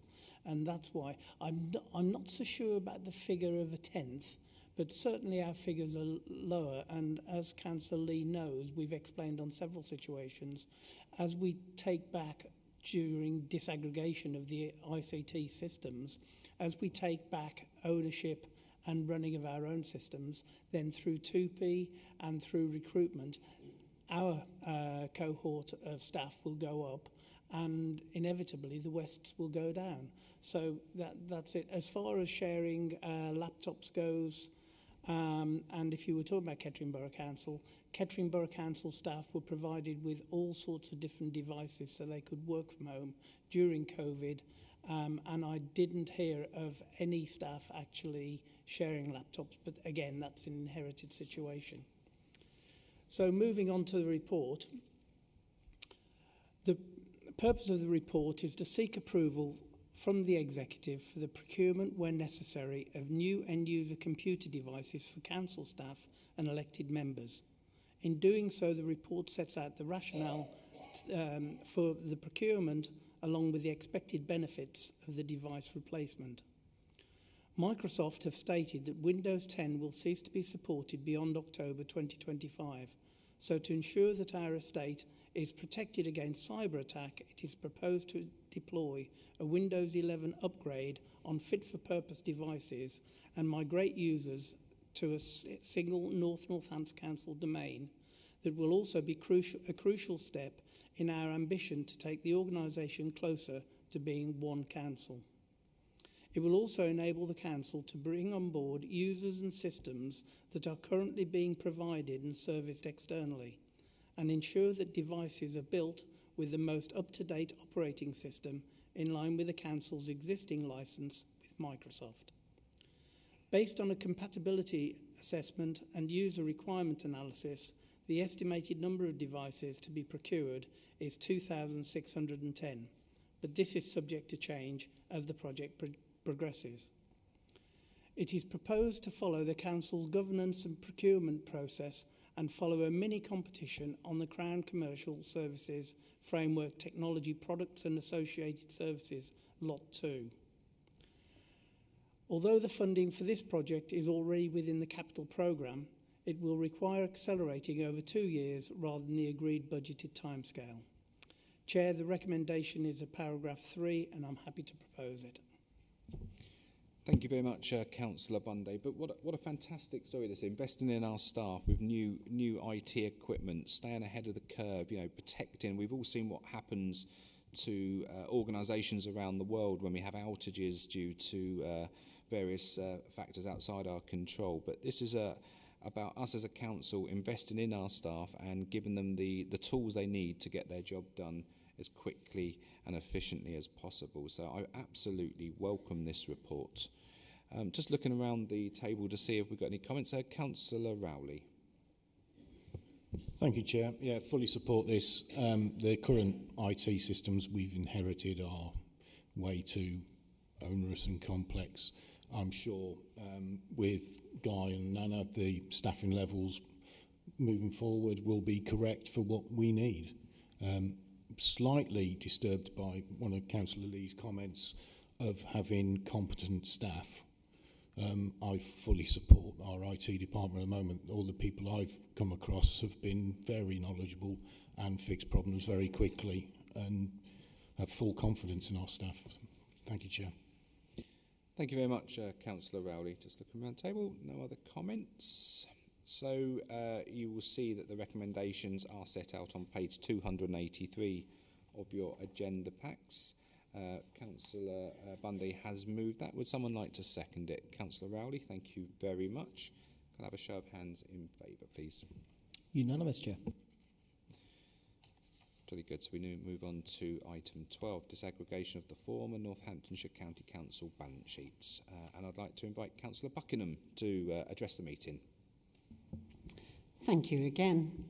And I actually welcome the direction of travel on the disaggregation, and also note that it's still a work in progress. Obviously, we need to thank everybody for the work so far. It's not an easy task, and I understand that.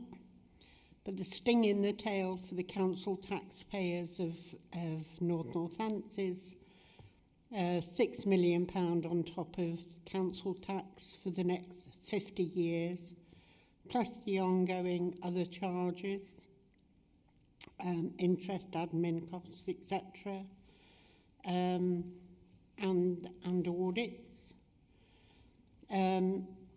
But let's also not forget that this is a debt that was run up by the county council, and if they'd have spent their money better, we would have had investment in those services and schools and that you've all talked about today. So let's not forget that, or the sting in the tail for the council taxpayers of North Northants. Thank you. Absolutely, Councillor Buckingham. That doesn't fall from my radar at all. And you will notice from some of the debts, if you scrutinised some of that those debts were from about 25 years ago when the Labour administration was running the county. And there's some rather hefty PFI investments that were put in there. But by the by, I think there's a fantastic piece of work being done there to get us to this point. So I'd like to invite Councillor Maxwell now to address the meeting.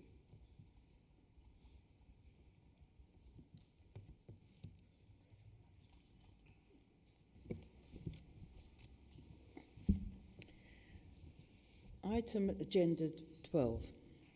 I feel when Northamptonshire County Council's balance sheets were split between West and North, we as councillors were not fully informed prior to investing day.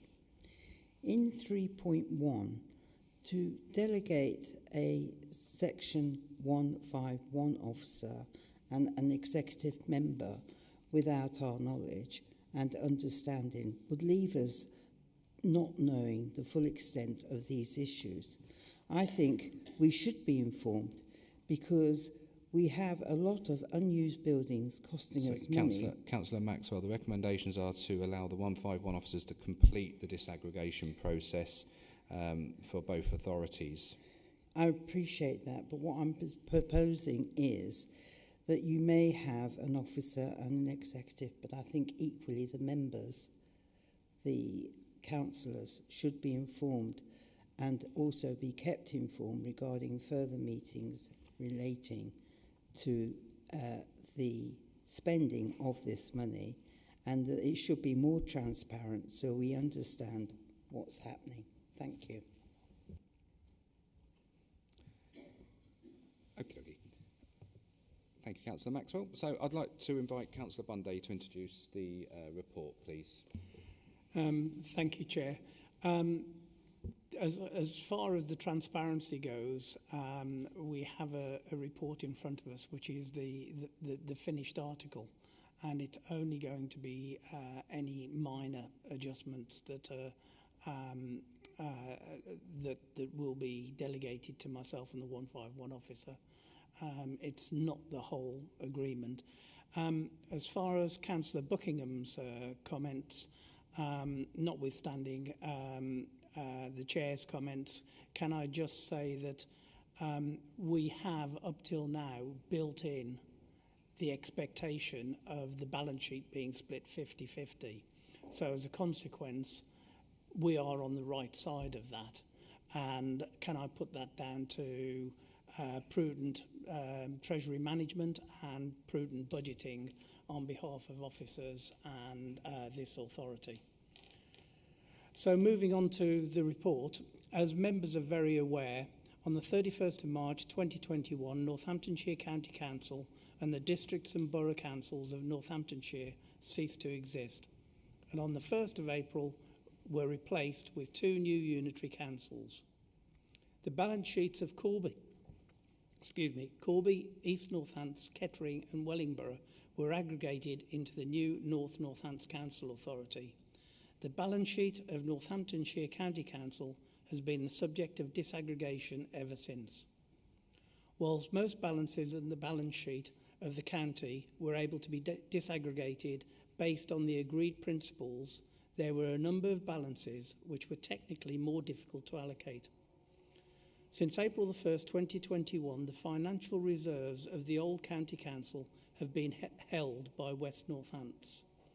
The underlying principles throughout this exercise has been, whilst coming to an equitable outcome, neither authority would be significantly disadvantaged. The table at paragraph 5.11 shows the CFR position of the former county council as at the 31st of March 2021. Of the almost £955 million, £608 million can be allocated based upon the location of the asset it pertains to, leaving a balance of just under £346.5 million to be allocated. The recommendation is to split this balance equally between the West and North councils. This would result in a CFR for North Northamptonshire Council of just under £349 million. The tables at paragraph 5.15 sets out the resulting CFR and key ratios, and the table at 5.16 sets out the resulting cash disaggregation. In agreeing this position, it would allow the Council to move forward with the external audit of the financial statements. The disaggregated balance sheet for the 2 unitary councils will be updated to include the opening balance sheet financial statement of accounts as shown in Appendix A of this report, and a legal agreement reflecting the opening position will be agreed between the 2 Section 151 officers of the Council. Can I just say, Chair, in preparing this report, I must commend our interim 151 officer and her team for presenting a very, very complicated scenario in a very understandable way. And with that, Chair, I'm very happy to propose the recommendations at paragraph 3. Thank you very much, Councillor Bundy. And I'd like to echo those thanks to Claire Edwards, who's sitting just to the right of me here. She spent some time with myself and the Chief Executive going through this, so it really helped us understand what was being put forward and you know, and the work that she's done to work with the West as well. And we've worked with the West, as you know, since Vesting Day, and it's been no small task, and I'm reassured by our interim 151 officer that this is the deal that we need, and you know, and she's demonstrated that well, and to get this over the line in such a short time. I know the work's been going on for a long time, but you know, you've brought this to a conclusion, Claire, and thank you so much for doing that. I know my counterpart, Councillor Adam Brown in the West, and I have had many a conversation on this over the last few weeks, and we're both thrilled that our authorities have got to this point now. It was always going to be a complex decision to do this. The disaggregation of a large balance sheet is not something that can be done overnight, and it takes a huge amount of resource and time and energy and experience, which we have within our 151 officers, and I'd like to again thank you, Claire, for that piece of work that her and her team have done over a long period of time. So I'm just looking around the table now to see if we've got any comments from other members. Councillor Binley. Thank you, Chair. It's only a very brief comment, just because, as some of you are aware, I do end up watching an awful lot of our committee meetings back on YouTube. And I think one of the things that I would raise when it comes to the discussion around transparency is the fact that all of this has been extensively discussed, as our 151 officer is well aware, at audit and governance.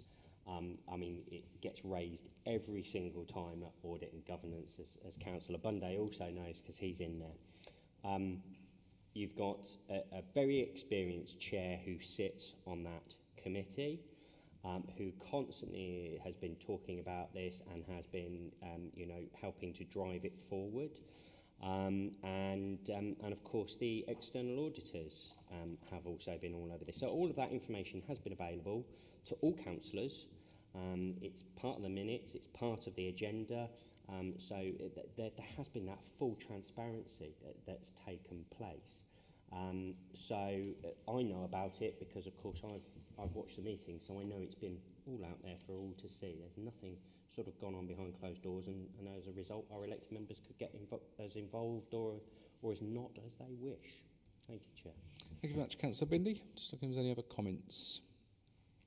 Okay, so Councillor Bunday, you did you want to come back on any of those comments, or did you want to move to find you a seconder? The only thing that I omitted to say was that the press over the last few days talking about this disaggregation has commented that it is the disaggregation of £40 million. They seem to have missed the fact that it's a disaggregation of nearly £1 billion. With that, Chair, I'm happy to propose the recommendations. Thank you very much. So the recommendations are set out on page 296 of the agenda pack. They have been moved. Can I find a seconder, please? Councillor Mercer, thank you very much. Can I have a show of hands in favour? Unanimous, Chair. Thank you. So we move on to item 13, Capital Programme Update 24-25, and I'd like to invite Councillor Bunday to introduce the report, please. Thank you, Chair. This is a report requesting the updates of our capital programme. There are 5 recommendations or requests for update, and then there are 3 items that we need to recommend to full council. So the first ones are the Earls Barton Junction budget approval for £66,000, which will be funded from Section 106 contributions. Then the Wren Secondary School, which was discussed at item 8 earlier. Wollaston School expansion, which was at item 9 earlier. And then Whitefriars Primary School, which was at junction 10, at item 10 earlier. And then schools minor works budget approval of £185,000 to be funded from Section 106 contributions. And then the 3 recommendations to full council is the reprofiling of the highways maintenance capital funding scheme, which is accelerating the funding and the investment from this council, and the slight reprofiling of the £9 million. Environment for the Phase 2 Refugee Resettlement Programme, and as Council, as Executive will remember, This was a match-funded scheme with central government, and there's money is still not taken up as phase 2, so we want to move that and via that into the resettlement programme, into the rough sleepers accommodation. And then environment from the development pool stock condition survey, and that is again to the general fund budget for stock condition work, transformation scheme of £1 million. And with that, Chair, the recommendations are to paragraph 3, and I'm happy to propose them. Thank you very much. Any comments in relation to any of this capital improvement stuff? Councillor Binley. Thank you again, Chair. Well, look at that. 2 items in there with regards to our highways. This local authority does take it seriously and is doing things about its highways. The fact that that Section 106 money is being used, and I'm sure that that will be a welcome improvement at the Earls-Barton Junction on the old A4500. I know certainly talking from local elected members that they are pleased to see that work coming forward. And then, of course, the reprofiling of the £9 million that this authority has invested into highways, and the fact that that is being reprofiled to make sure that we are investing in our roads as early as we possibly can to future-proof them. Yes, we are taking that proactive approach. Let's just wait and see as to whether the government step forward and invest like they say that they will. So, but I welcome those and fully support them. So thank you, Chair. Thank you very much. Just looking around the room. No other comments. Councillor Bunday has moved the report, and you're going to second it, Councillor Binley. Thank you very much. Your recommendations are set out on page 306 of the agenda pack. Can I have a show of hands in favour, please? Unanimous, Chair. Thank you. So we move on to item 14, Capital Outrun 2024-25, forecasted outrun as quarter 1. I'd like to invite Councillor Buckingham to address the meeting. Thank you very much, and I've only got a couple of bits on this. Just wondered about the timelines for joining the 2 neighbourhood HRA centres, when that's sort of going to come together. The capital programme for HRA, and this again is HRA. Some of the things that are coming forward are starting to slip again. We've heard about the repairs earlier. Energy efficient works, which I've asked about before, obviously need to go forward, and with possibly a cold winter, we've got to make sure our homes are warm and decent.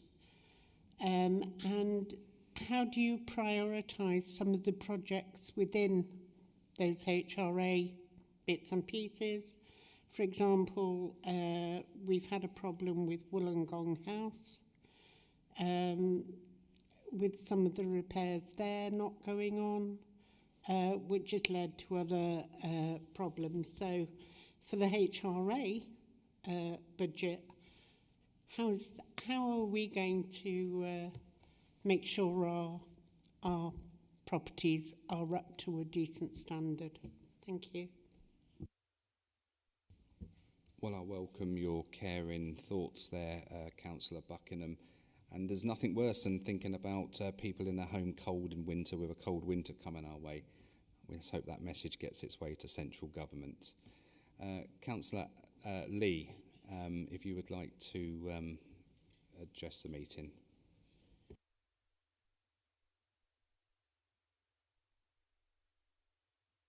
Thank you, Chair. I also have 2 points.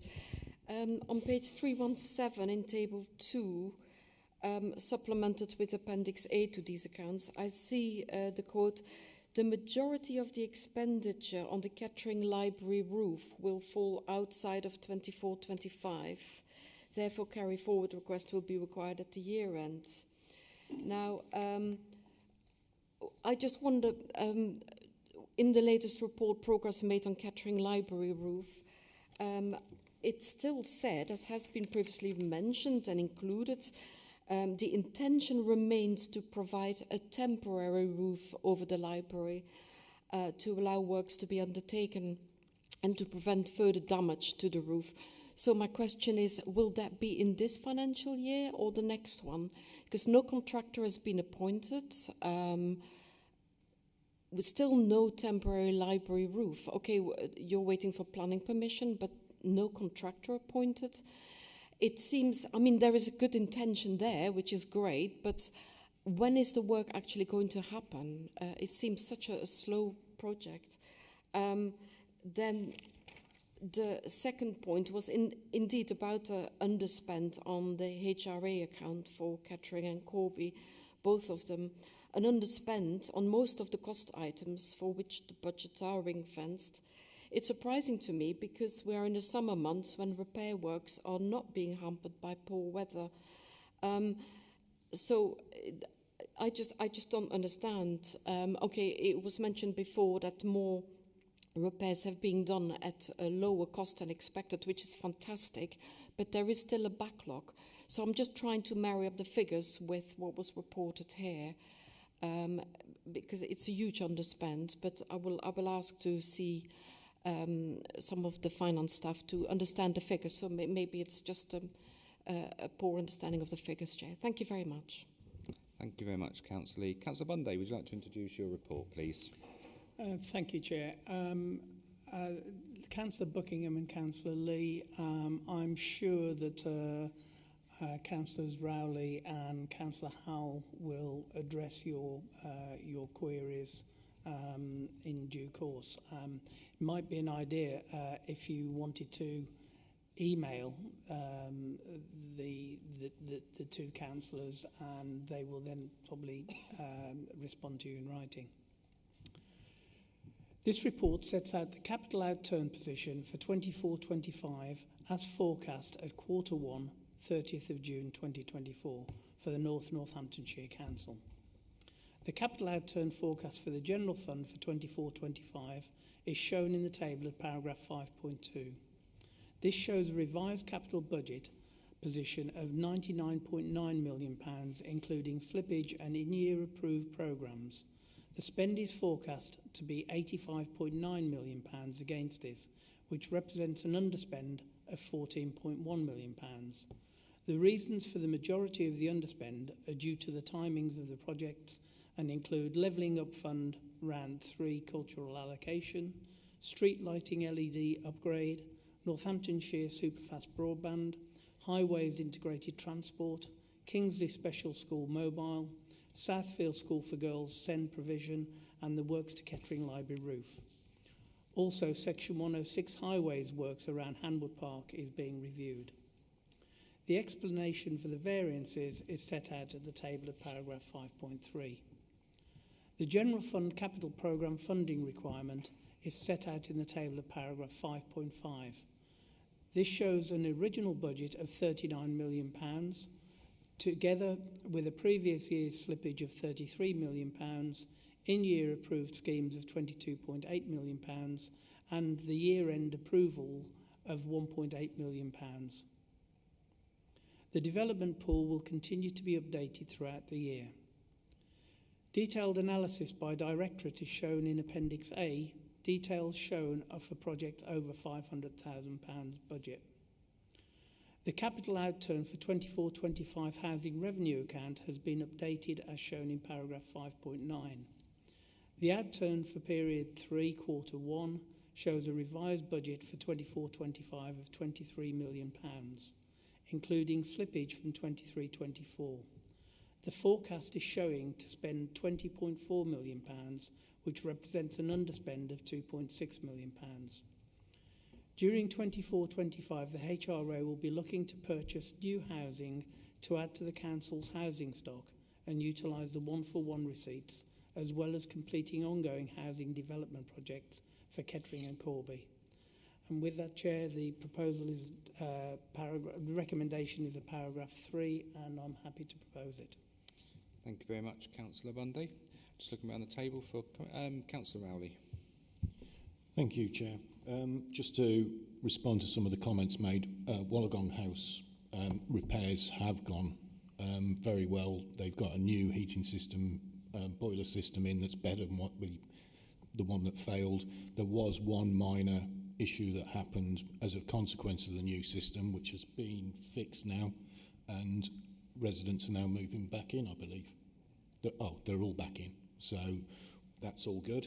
In terms of the questions on underspend, this is a budget document and spend document, not a project phase document. So there will always be a phasing difference between where we are in projects throughout the year and the spend. And some of the contractors provide their financing quarterly, so we will be behind on the actual budget spends throughout the year until the year end. Thank you very much, Councillor Rowley. Councillor Howell.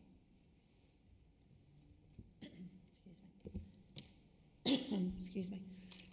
Thank you, Chair. Councillor Lee, despite the number and the numerous number of briefings that have been sent round to yourself and all members of this council, the project for the Kettering Library roof is on target. It's moving. Although to you it doesn't seem that it's moving rapidly, it is actually. There's an awful lot of work going on behind the scenes. You mentioned the fact that yes, we are. The planning application has gone in. There's been numerous conversations with everybody. We are looking to appoint a contractor.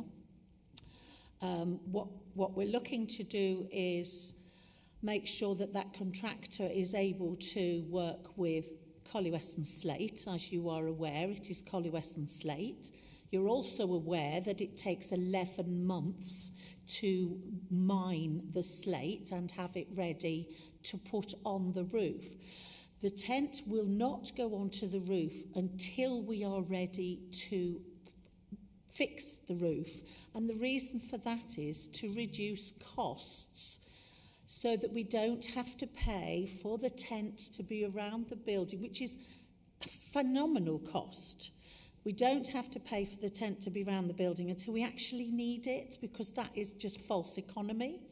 The fact that we've already made significant temporary repairs to stop any further problems to the roof, which we've done, which we've also communicated to you that all those repairs have been done and we don't need the tent on until we're ready to replace the roof.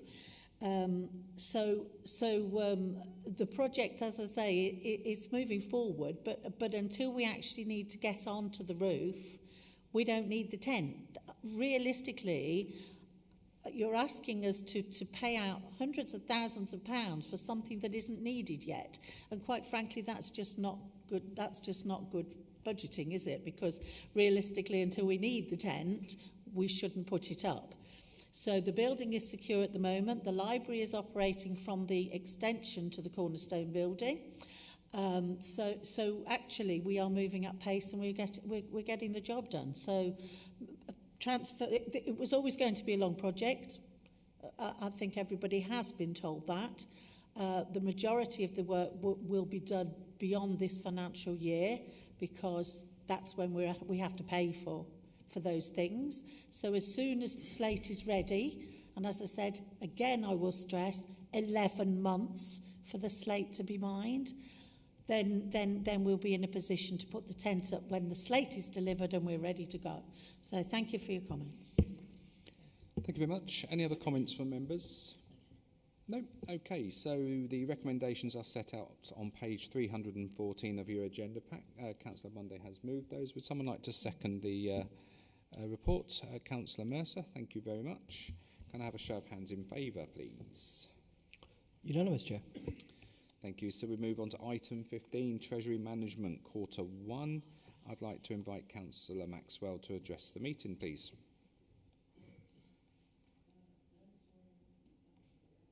Oh, okay, thank you for saving us some time. We'll move on then to Councillor Bundy to introduce the report.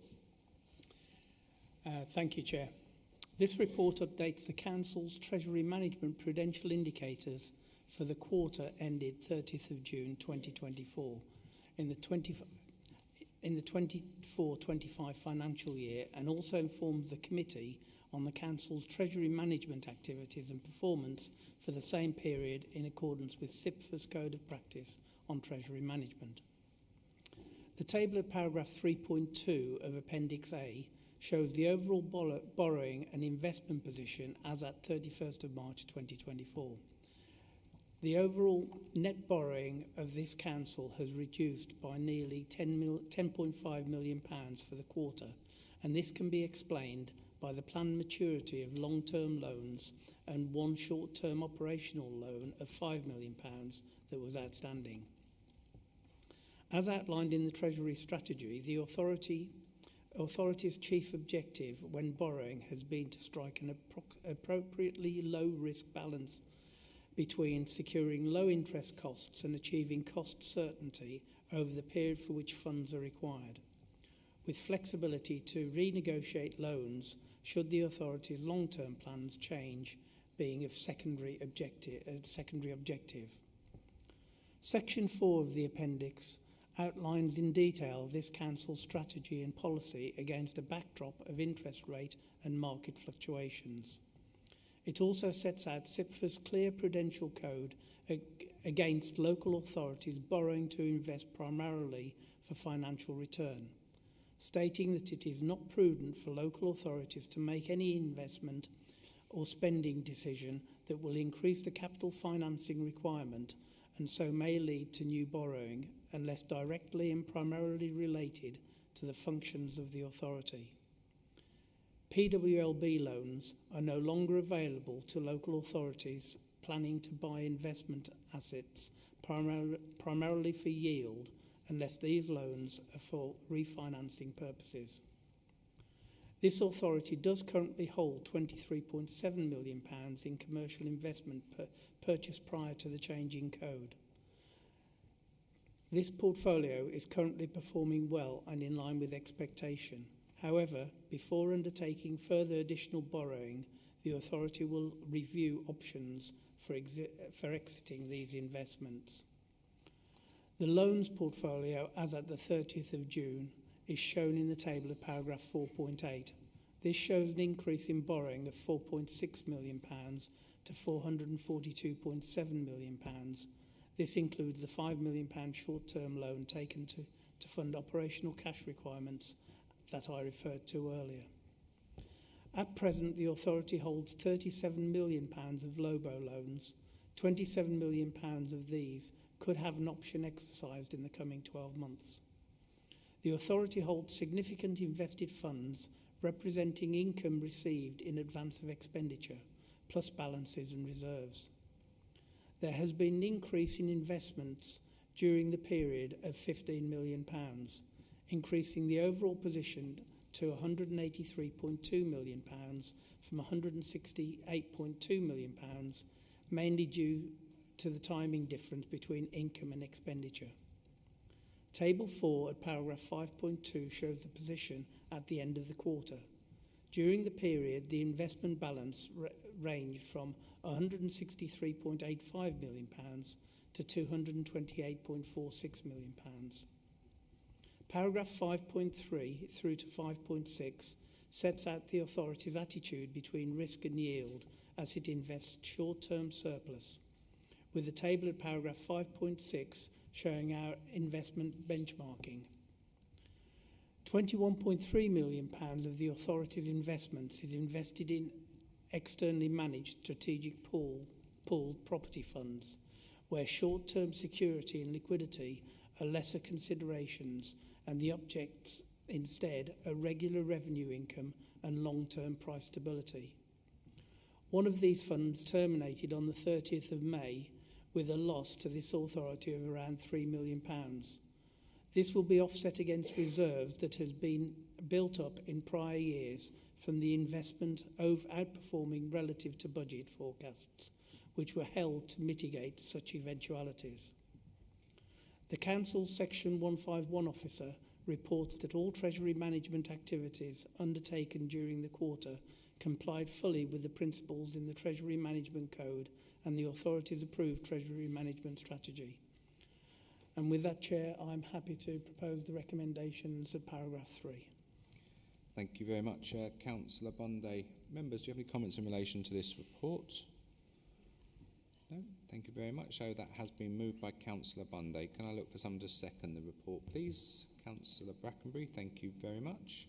Those recommendations are set out on page 334 of your agenda pack. They've now been moved and seconded. Can I see a show of hands, please, in favour? Unanimous, Chair. Thank you. So we move on to item 16, budget forecast of 24-25 as of period 3. I'd like to invite Councillor Buckingham to speak, to address the meeting. Sorry. That's fine. Thank you very much.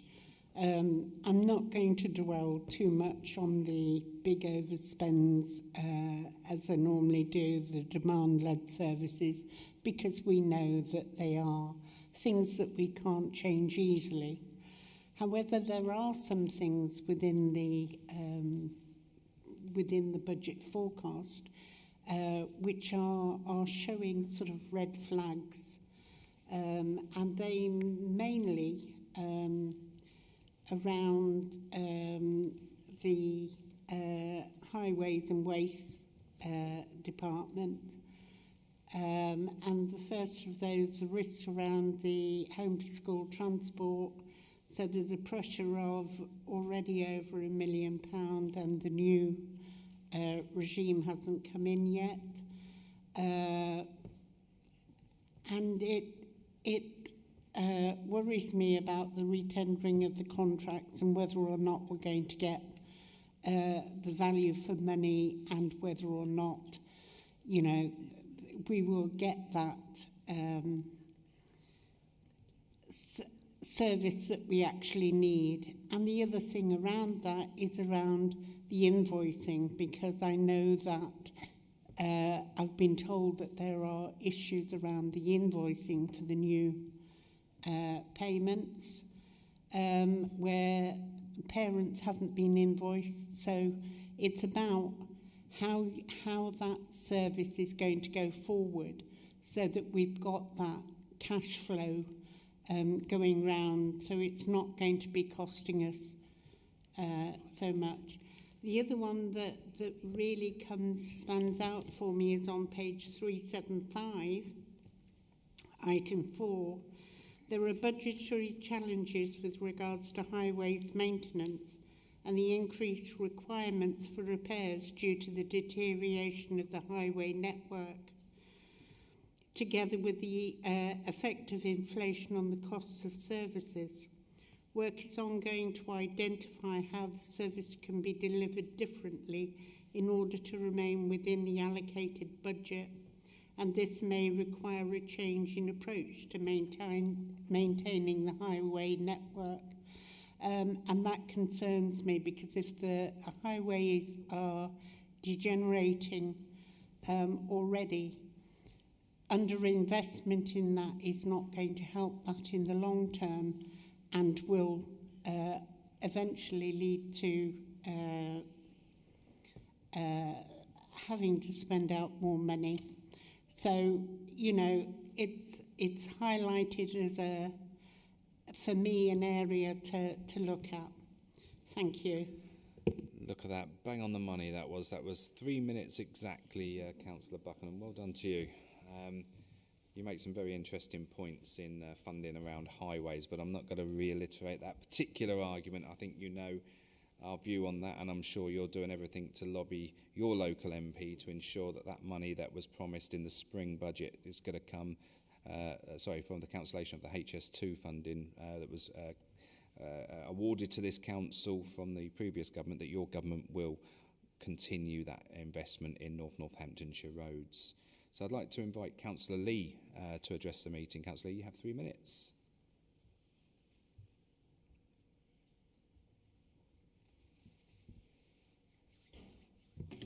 Thank you.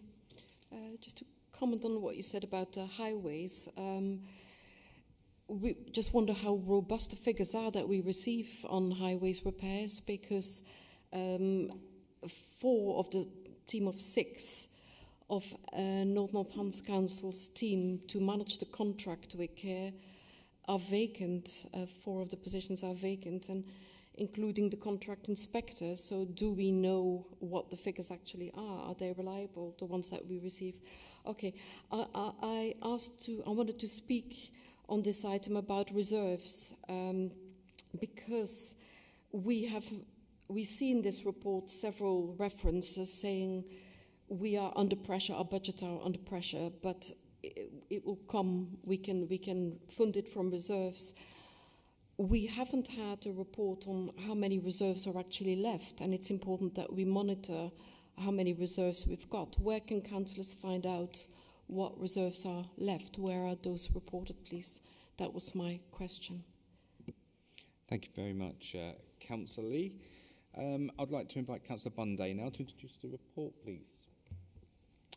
Thank you, Chair. With regard to reserves, I reported a few meetings ago the outturn figures for the end of the 23-24 and the movement of reserves. So that is well minuted, and that's within the minutes of previous executive meetings. As far as home to school transport goes, it's probably a demand-led service as well, Councillor Buckingham. But can I just remind Councillor Buckingham that this is the first quarter, and that's a forecast, and colleagues are working to mitigate the situation within year.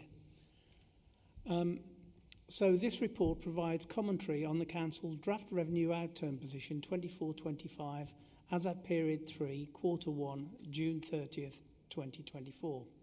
The draft outturn position for each of the funds is as follows. The General Fund, an overspend of £8.461 million. Housing Revenue Account, underspend of £343,000. And Dedicated Schools Grant, an overspend of £10.657 million. The monitoring report sets out the material financial issues identified since the 2024-25 budget was set in February this year. The forecasts presented in this report are based on the best available data and information of the operations of the Council and represents the views of the budget holders and assistant directors. In order to help safeguard the financial position of this Council, officers will continue to seek efficiencies in year to offset the forecasted overspend. The Council has a contingency budget and reserves available to call on to help fund in-year pressures. However, it will look to achieve alternative mitigations in the first instance before these are applied. There are a number of pressures and savings across the General Fund. The main ones are set out in the executive summary at section 2 of the report. The total contract value of the Children's Trust is £183.3 million. The Council's share of this is £80.945 million. This reflects how the contract sum is split between North Northamptonshire Council and West Northamptonshire Council. The Children's Trust are forecasting an overspend of just over £6 million, and this is set out in sections 5.21 to 5.232 of the report, and the cost to this council is some £2.681 million. The Council has invested in additional agency workers to support the Education Healthcare Service to try to meet increasing demand for assessments in this area.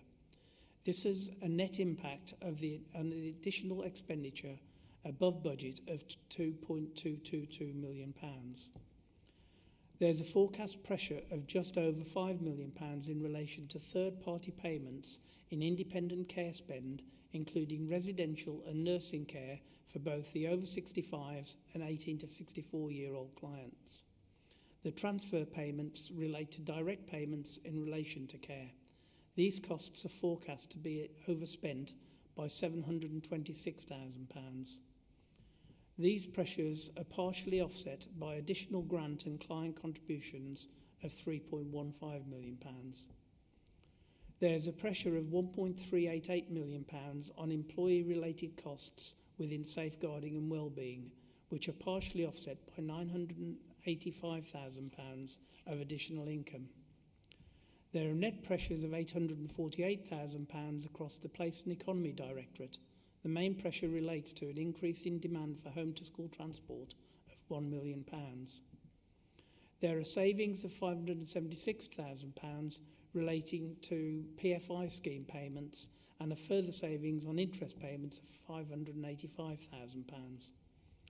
There is additional investment income of £750,000 due to the higher than expected Bank of England base rate compared to budget, which was predicated upon the average cash balance of £167.3 million at a weighted average interest rate of 5.36% for the full year.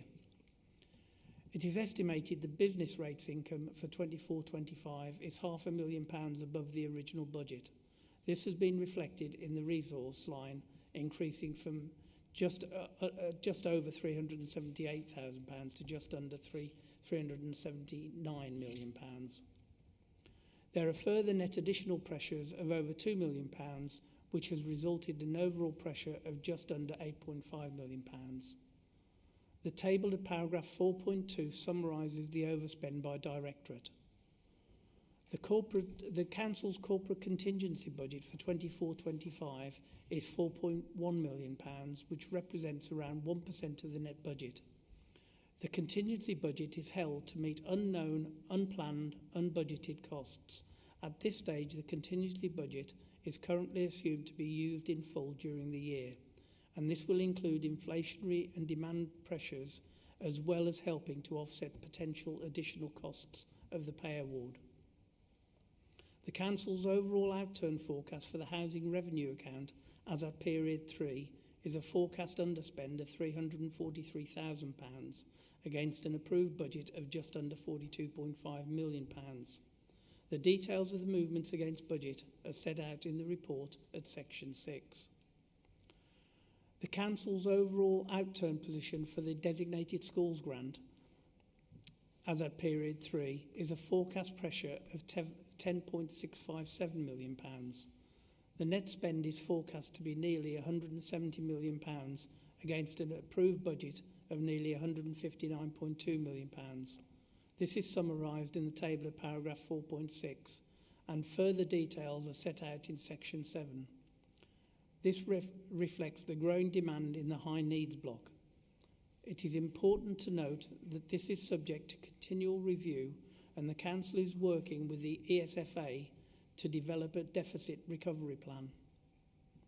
The Bank of England reduced the base rate from 5.25% to 5% at their meeting on the 1st of August. There had previously been 14 consecutive increases since December 2021, and is the first drop since the onset of the pandemic in March 2020. The 12-month CPI figures for June, it was 2.8%, and the 12-month RPI figure for the same period was 2.9%. And with that, Chair, I'm happy to propose the recommendations of paragraph 3. Thank you very much, Councillor Bunday. Members, we've got anything to say about this report? I can see Councillor Binney, you've indicated to speak. Thank you very much, Chair. Just to pick up on a few of the points that have been raised, just in reverse order, Councillor Lee, unfortunately, I don't know where your source of information is, but I'd get rid of them and get a new one if I were you, because we do have a highways inspector. There was a period where we didn't have one for a very short amount of time, but we do have one. In fact, you've only got to look at your email from yesterday in the reports that I've had introduced, where you now get a monthly report from Keir, and it includes the number of inspections that were carried out in there. So it's unfortunately it's there in black and white. With regards to the vacancies within our highways team, well, I've had emails from 3 of them already this morning, so we definitely do have more than 2. But I think what that comes down to is probably the interim positions, in that we do have interim posts at the moment, and the reason that we have interim posts within our highways team is because, of course, of part of the huge amount of work that's been undertaken with regards to the pay and grading structure. And then Councillor Buckingham, thank you. You know, you're absolutely right. Of course, home to school transport is something that I'm acutely aware of and have constantly under the microscope with officers. As Councillor Bunday rightly says, you know, it is a demand-led service. However, there is a huge amount of work that has gone into that. The disaggregation took place last year. As you may or may not recall, pretty much you're here all of the time for the executive meetings, but not that long ago I introduced the one with regards to the procuring of the system called Adam. It's not the name of an individual, it's called Adam. So that we have taken that on, and we now fully run that procurement side of our contractors for home to school transport, because there were some issues with invoicing, because the invoicing was all done under the old umbrella of the previous Northamptonshire County Council contract, which meant that it was very hard to work out which bill was which. We do have a full team now in home to school transport. That got up and running very, very quickly. And of course, one of the things is new school places will also assist us. And of course, as the Chair rightly mentioned, I certainly hope that you will be lobbying your Labour MPs to make sure that they don't go ahead with the change and introduce VAT for private schools, because you can say that you're aware of your local authority areas' ongoing pressures with regards to home school transport and the additional pressure that that change would put on the service. With regards to the highways and the budgetary pressures there, basically what that statement is meant as, it's a journey of continuous improvement. We would be rather foolhardy to continue with the status quo, bearing in mind how much construction material costs have gone up so exponentially in the last few years. So what it is the team are looking at other ways, other methods, because there's an awful lot of things going on in the industry whereby there are additional things that we potentially can do to help improve the highways network. But also the main thing is about not just being reactive and filling potholes, it's about those resurfacing schemes. And those are the ones that we've already talked about earlier with the £9 million worth of investment, because just running around and constantly filling potholes is not the answer, because all that will happen is you'll end up with more pothole patches than actual road surface. So what we need to do is we need to have that programme of resurfacing, and that is why we need that £149 million from central government to be honoured, so that we can invest in the highways network and resurface those roads rather than just filling potholes, because the answer is a policy of extra money to, or same money, who knows, to fill 1 million potholes is not the answer. The answer is that £149 million to resurface our roads. Thank you, Chair. Thank you very much. So this report has been moved by Councillor Bunday. Can I look for someone to second the report, please? Councillor Howell, thank you very much. So that report has now been moved and seconded, and the recommendations are on page 354 of the agenda pack. Can I have a show of hands in favour, please? Unanimous, Chair. Thank you very much. So I can confirm that I've received no requests to consider any urgent items of business at this meeting. And that concludes the business on the agenda. And I thank all members of the public and officers who have been in attendance, and including those that have been viewing online. That's the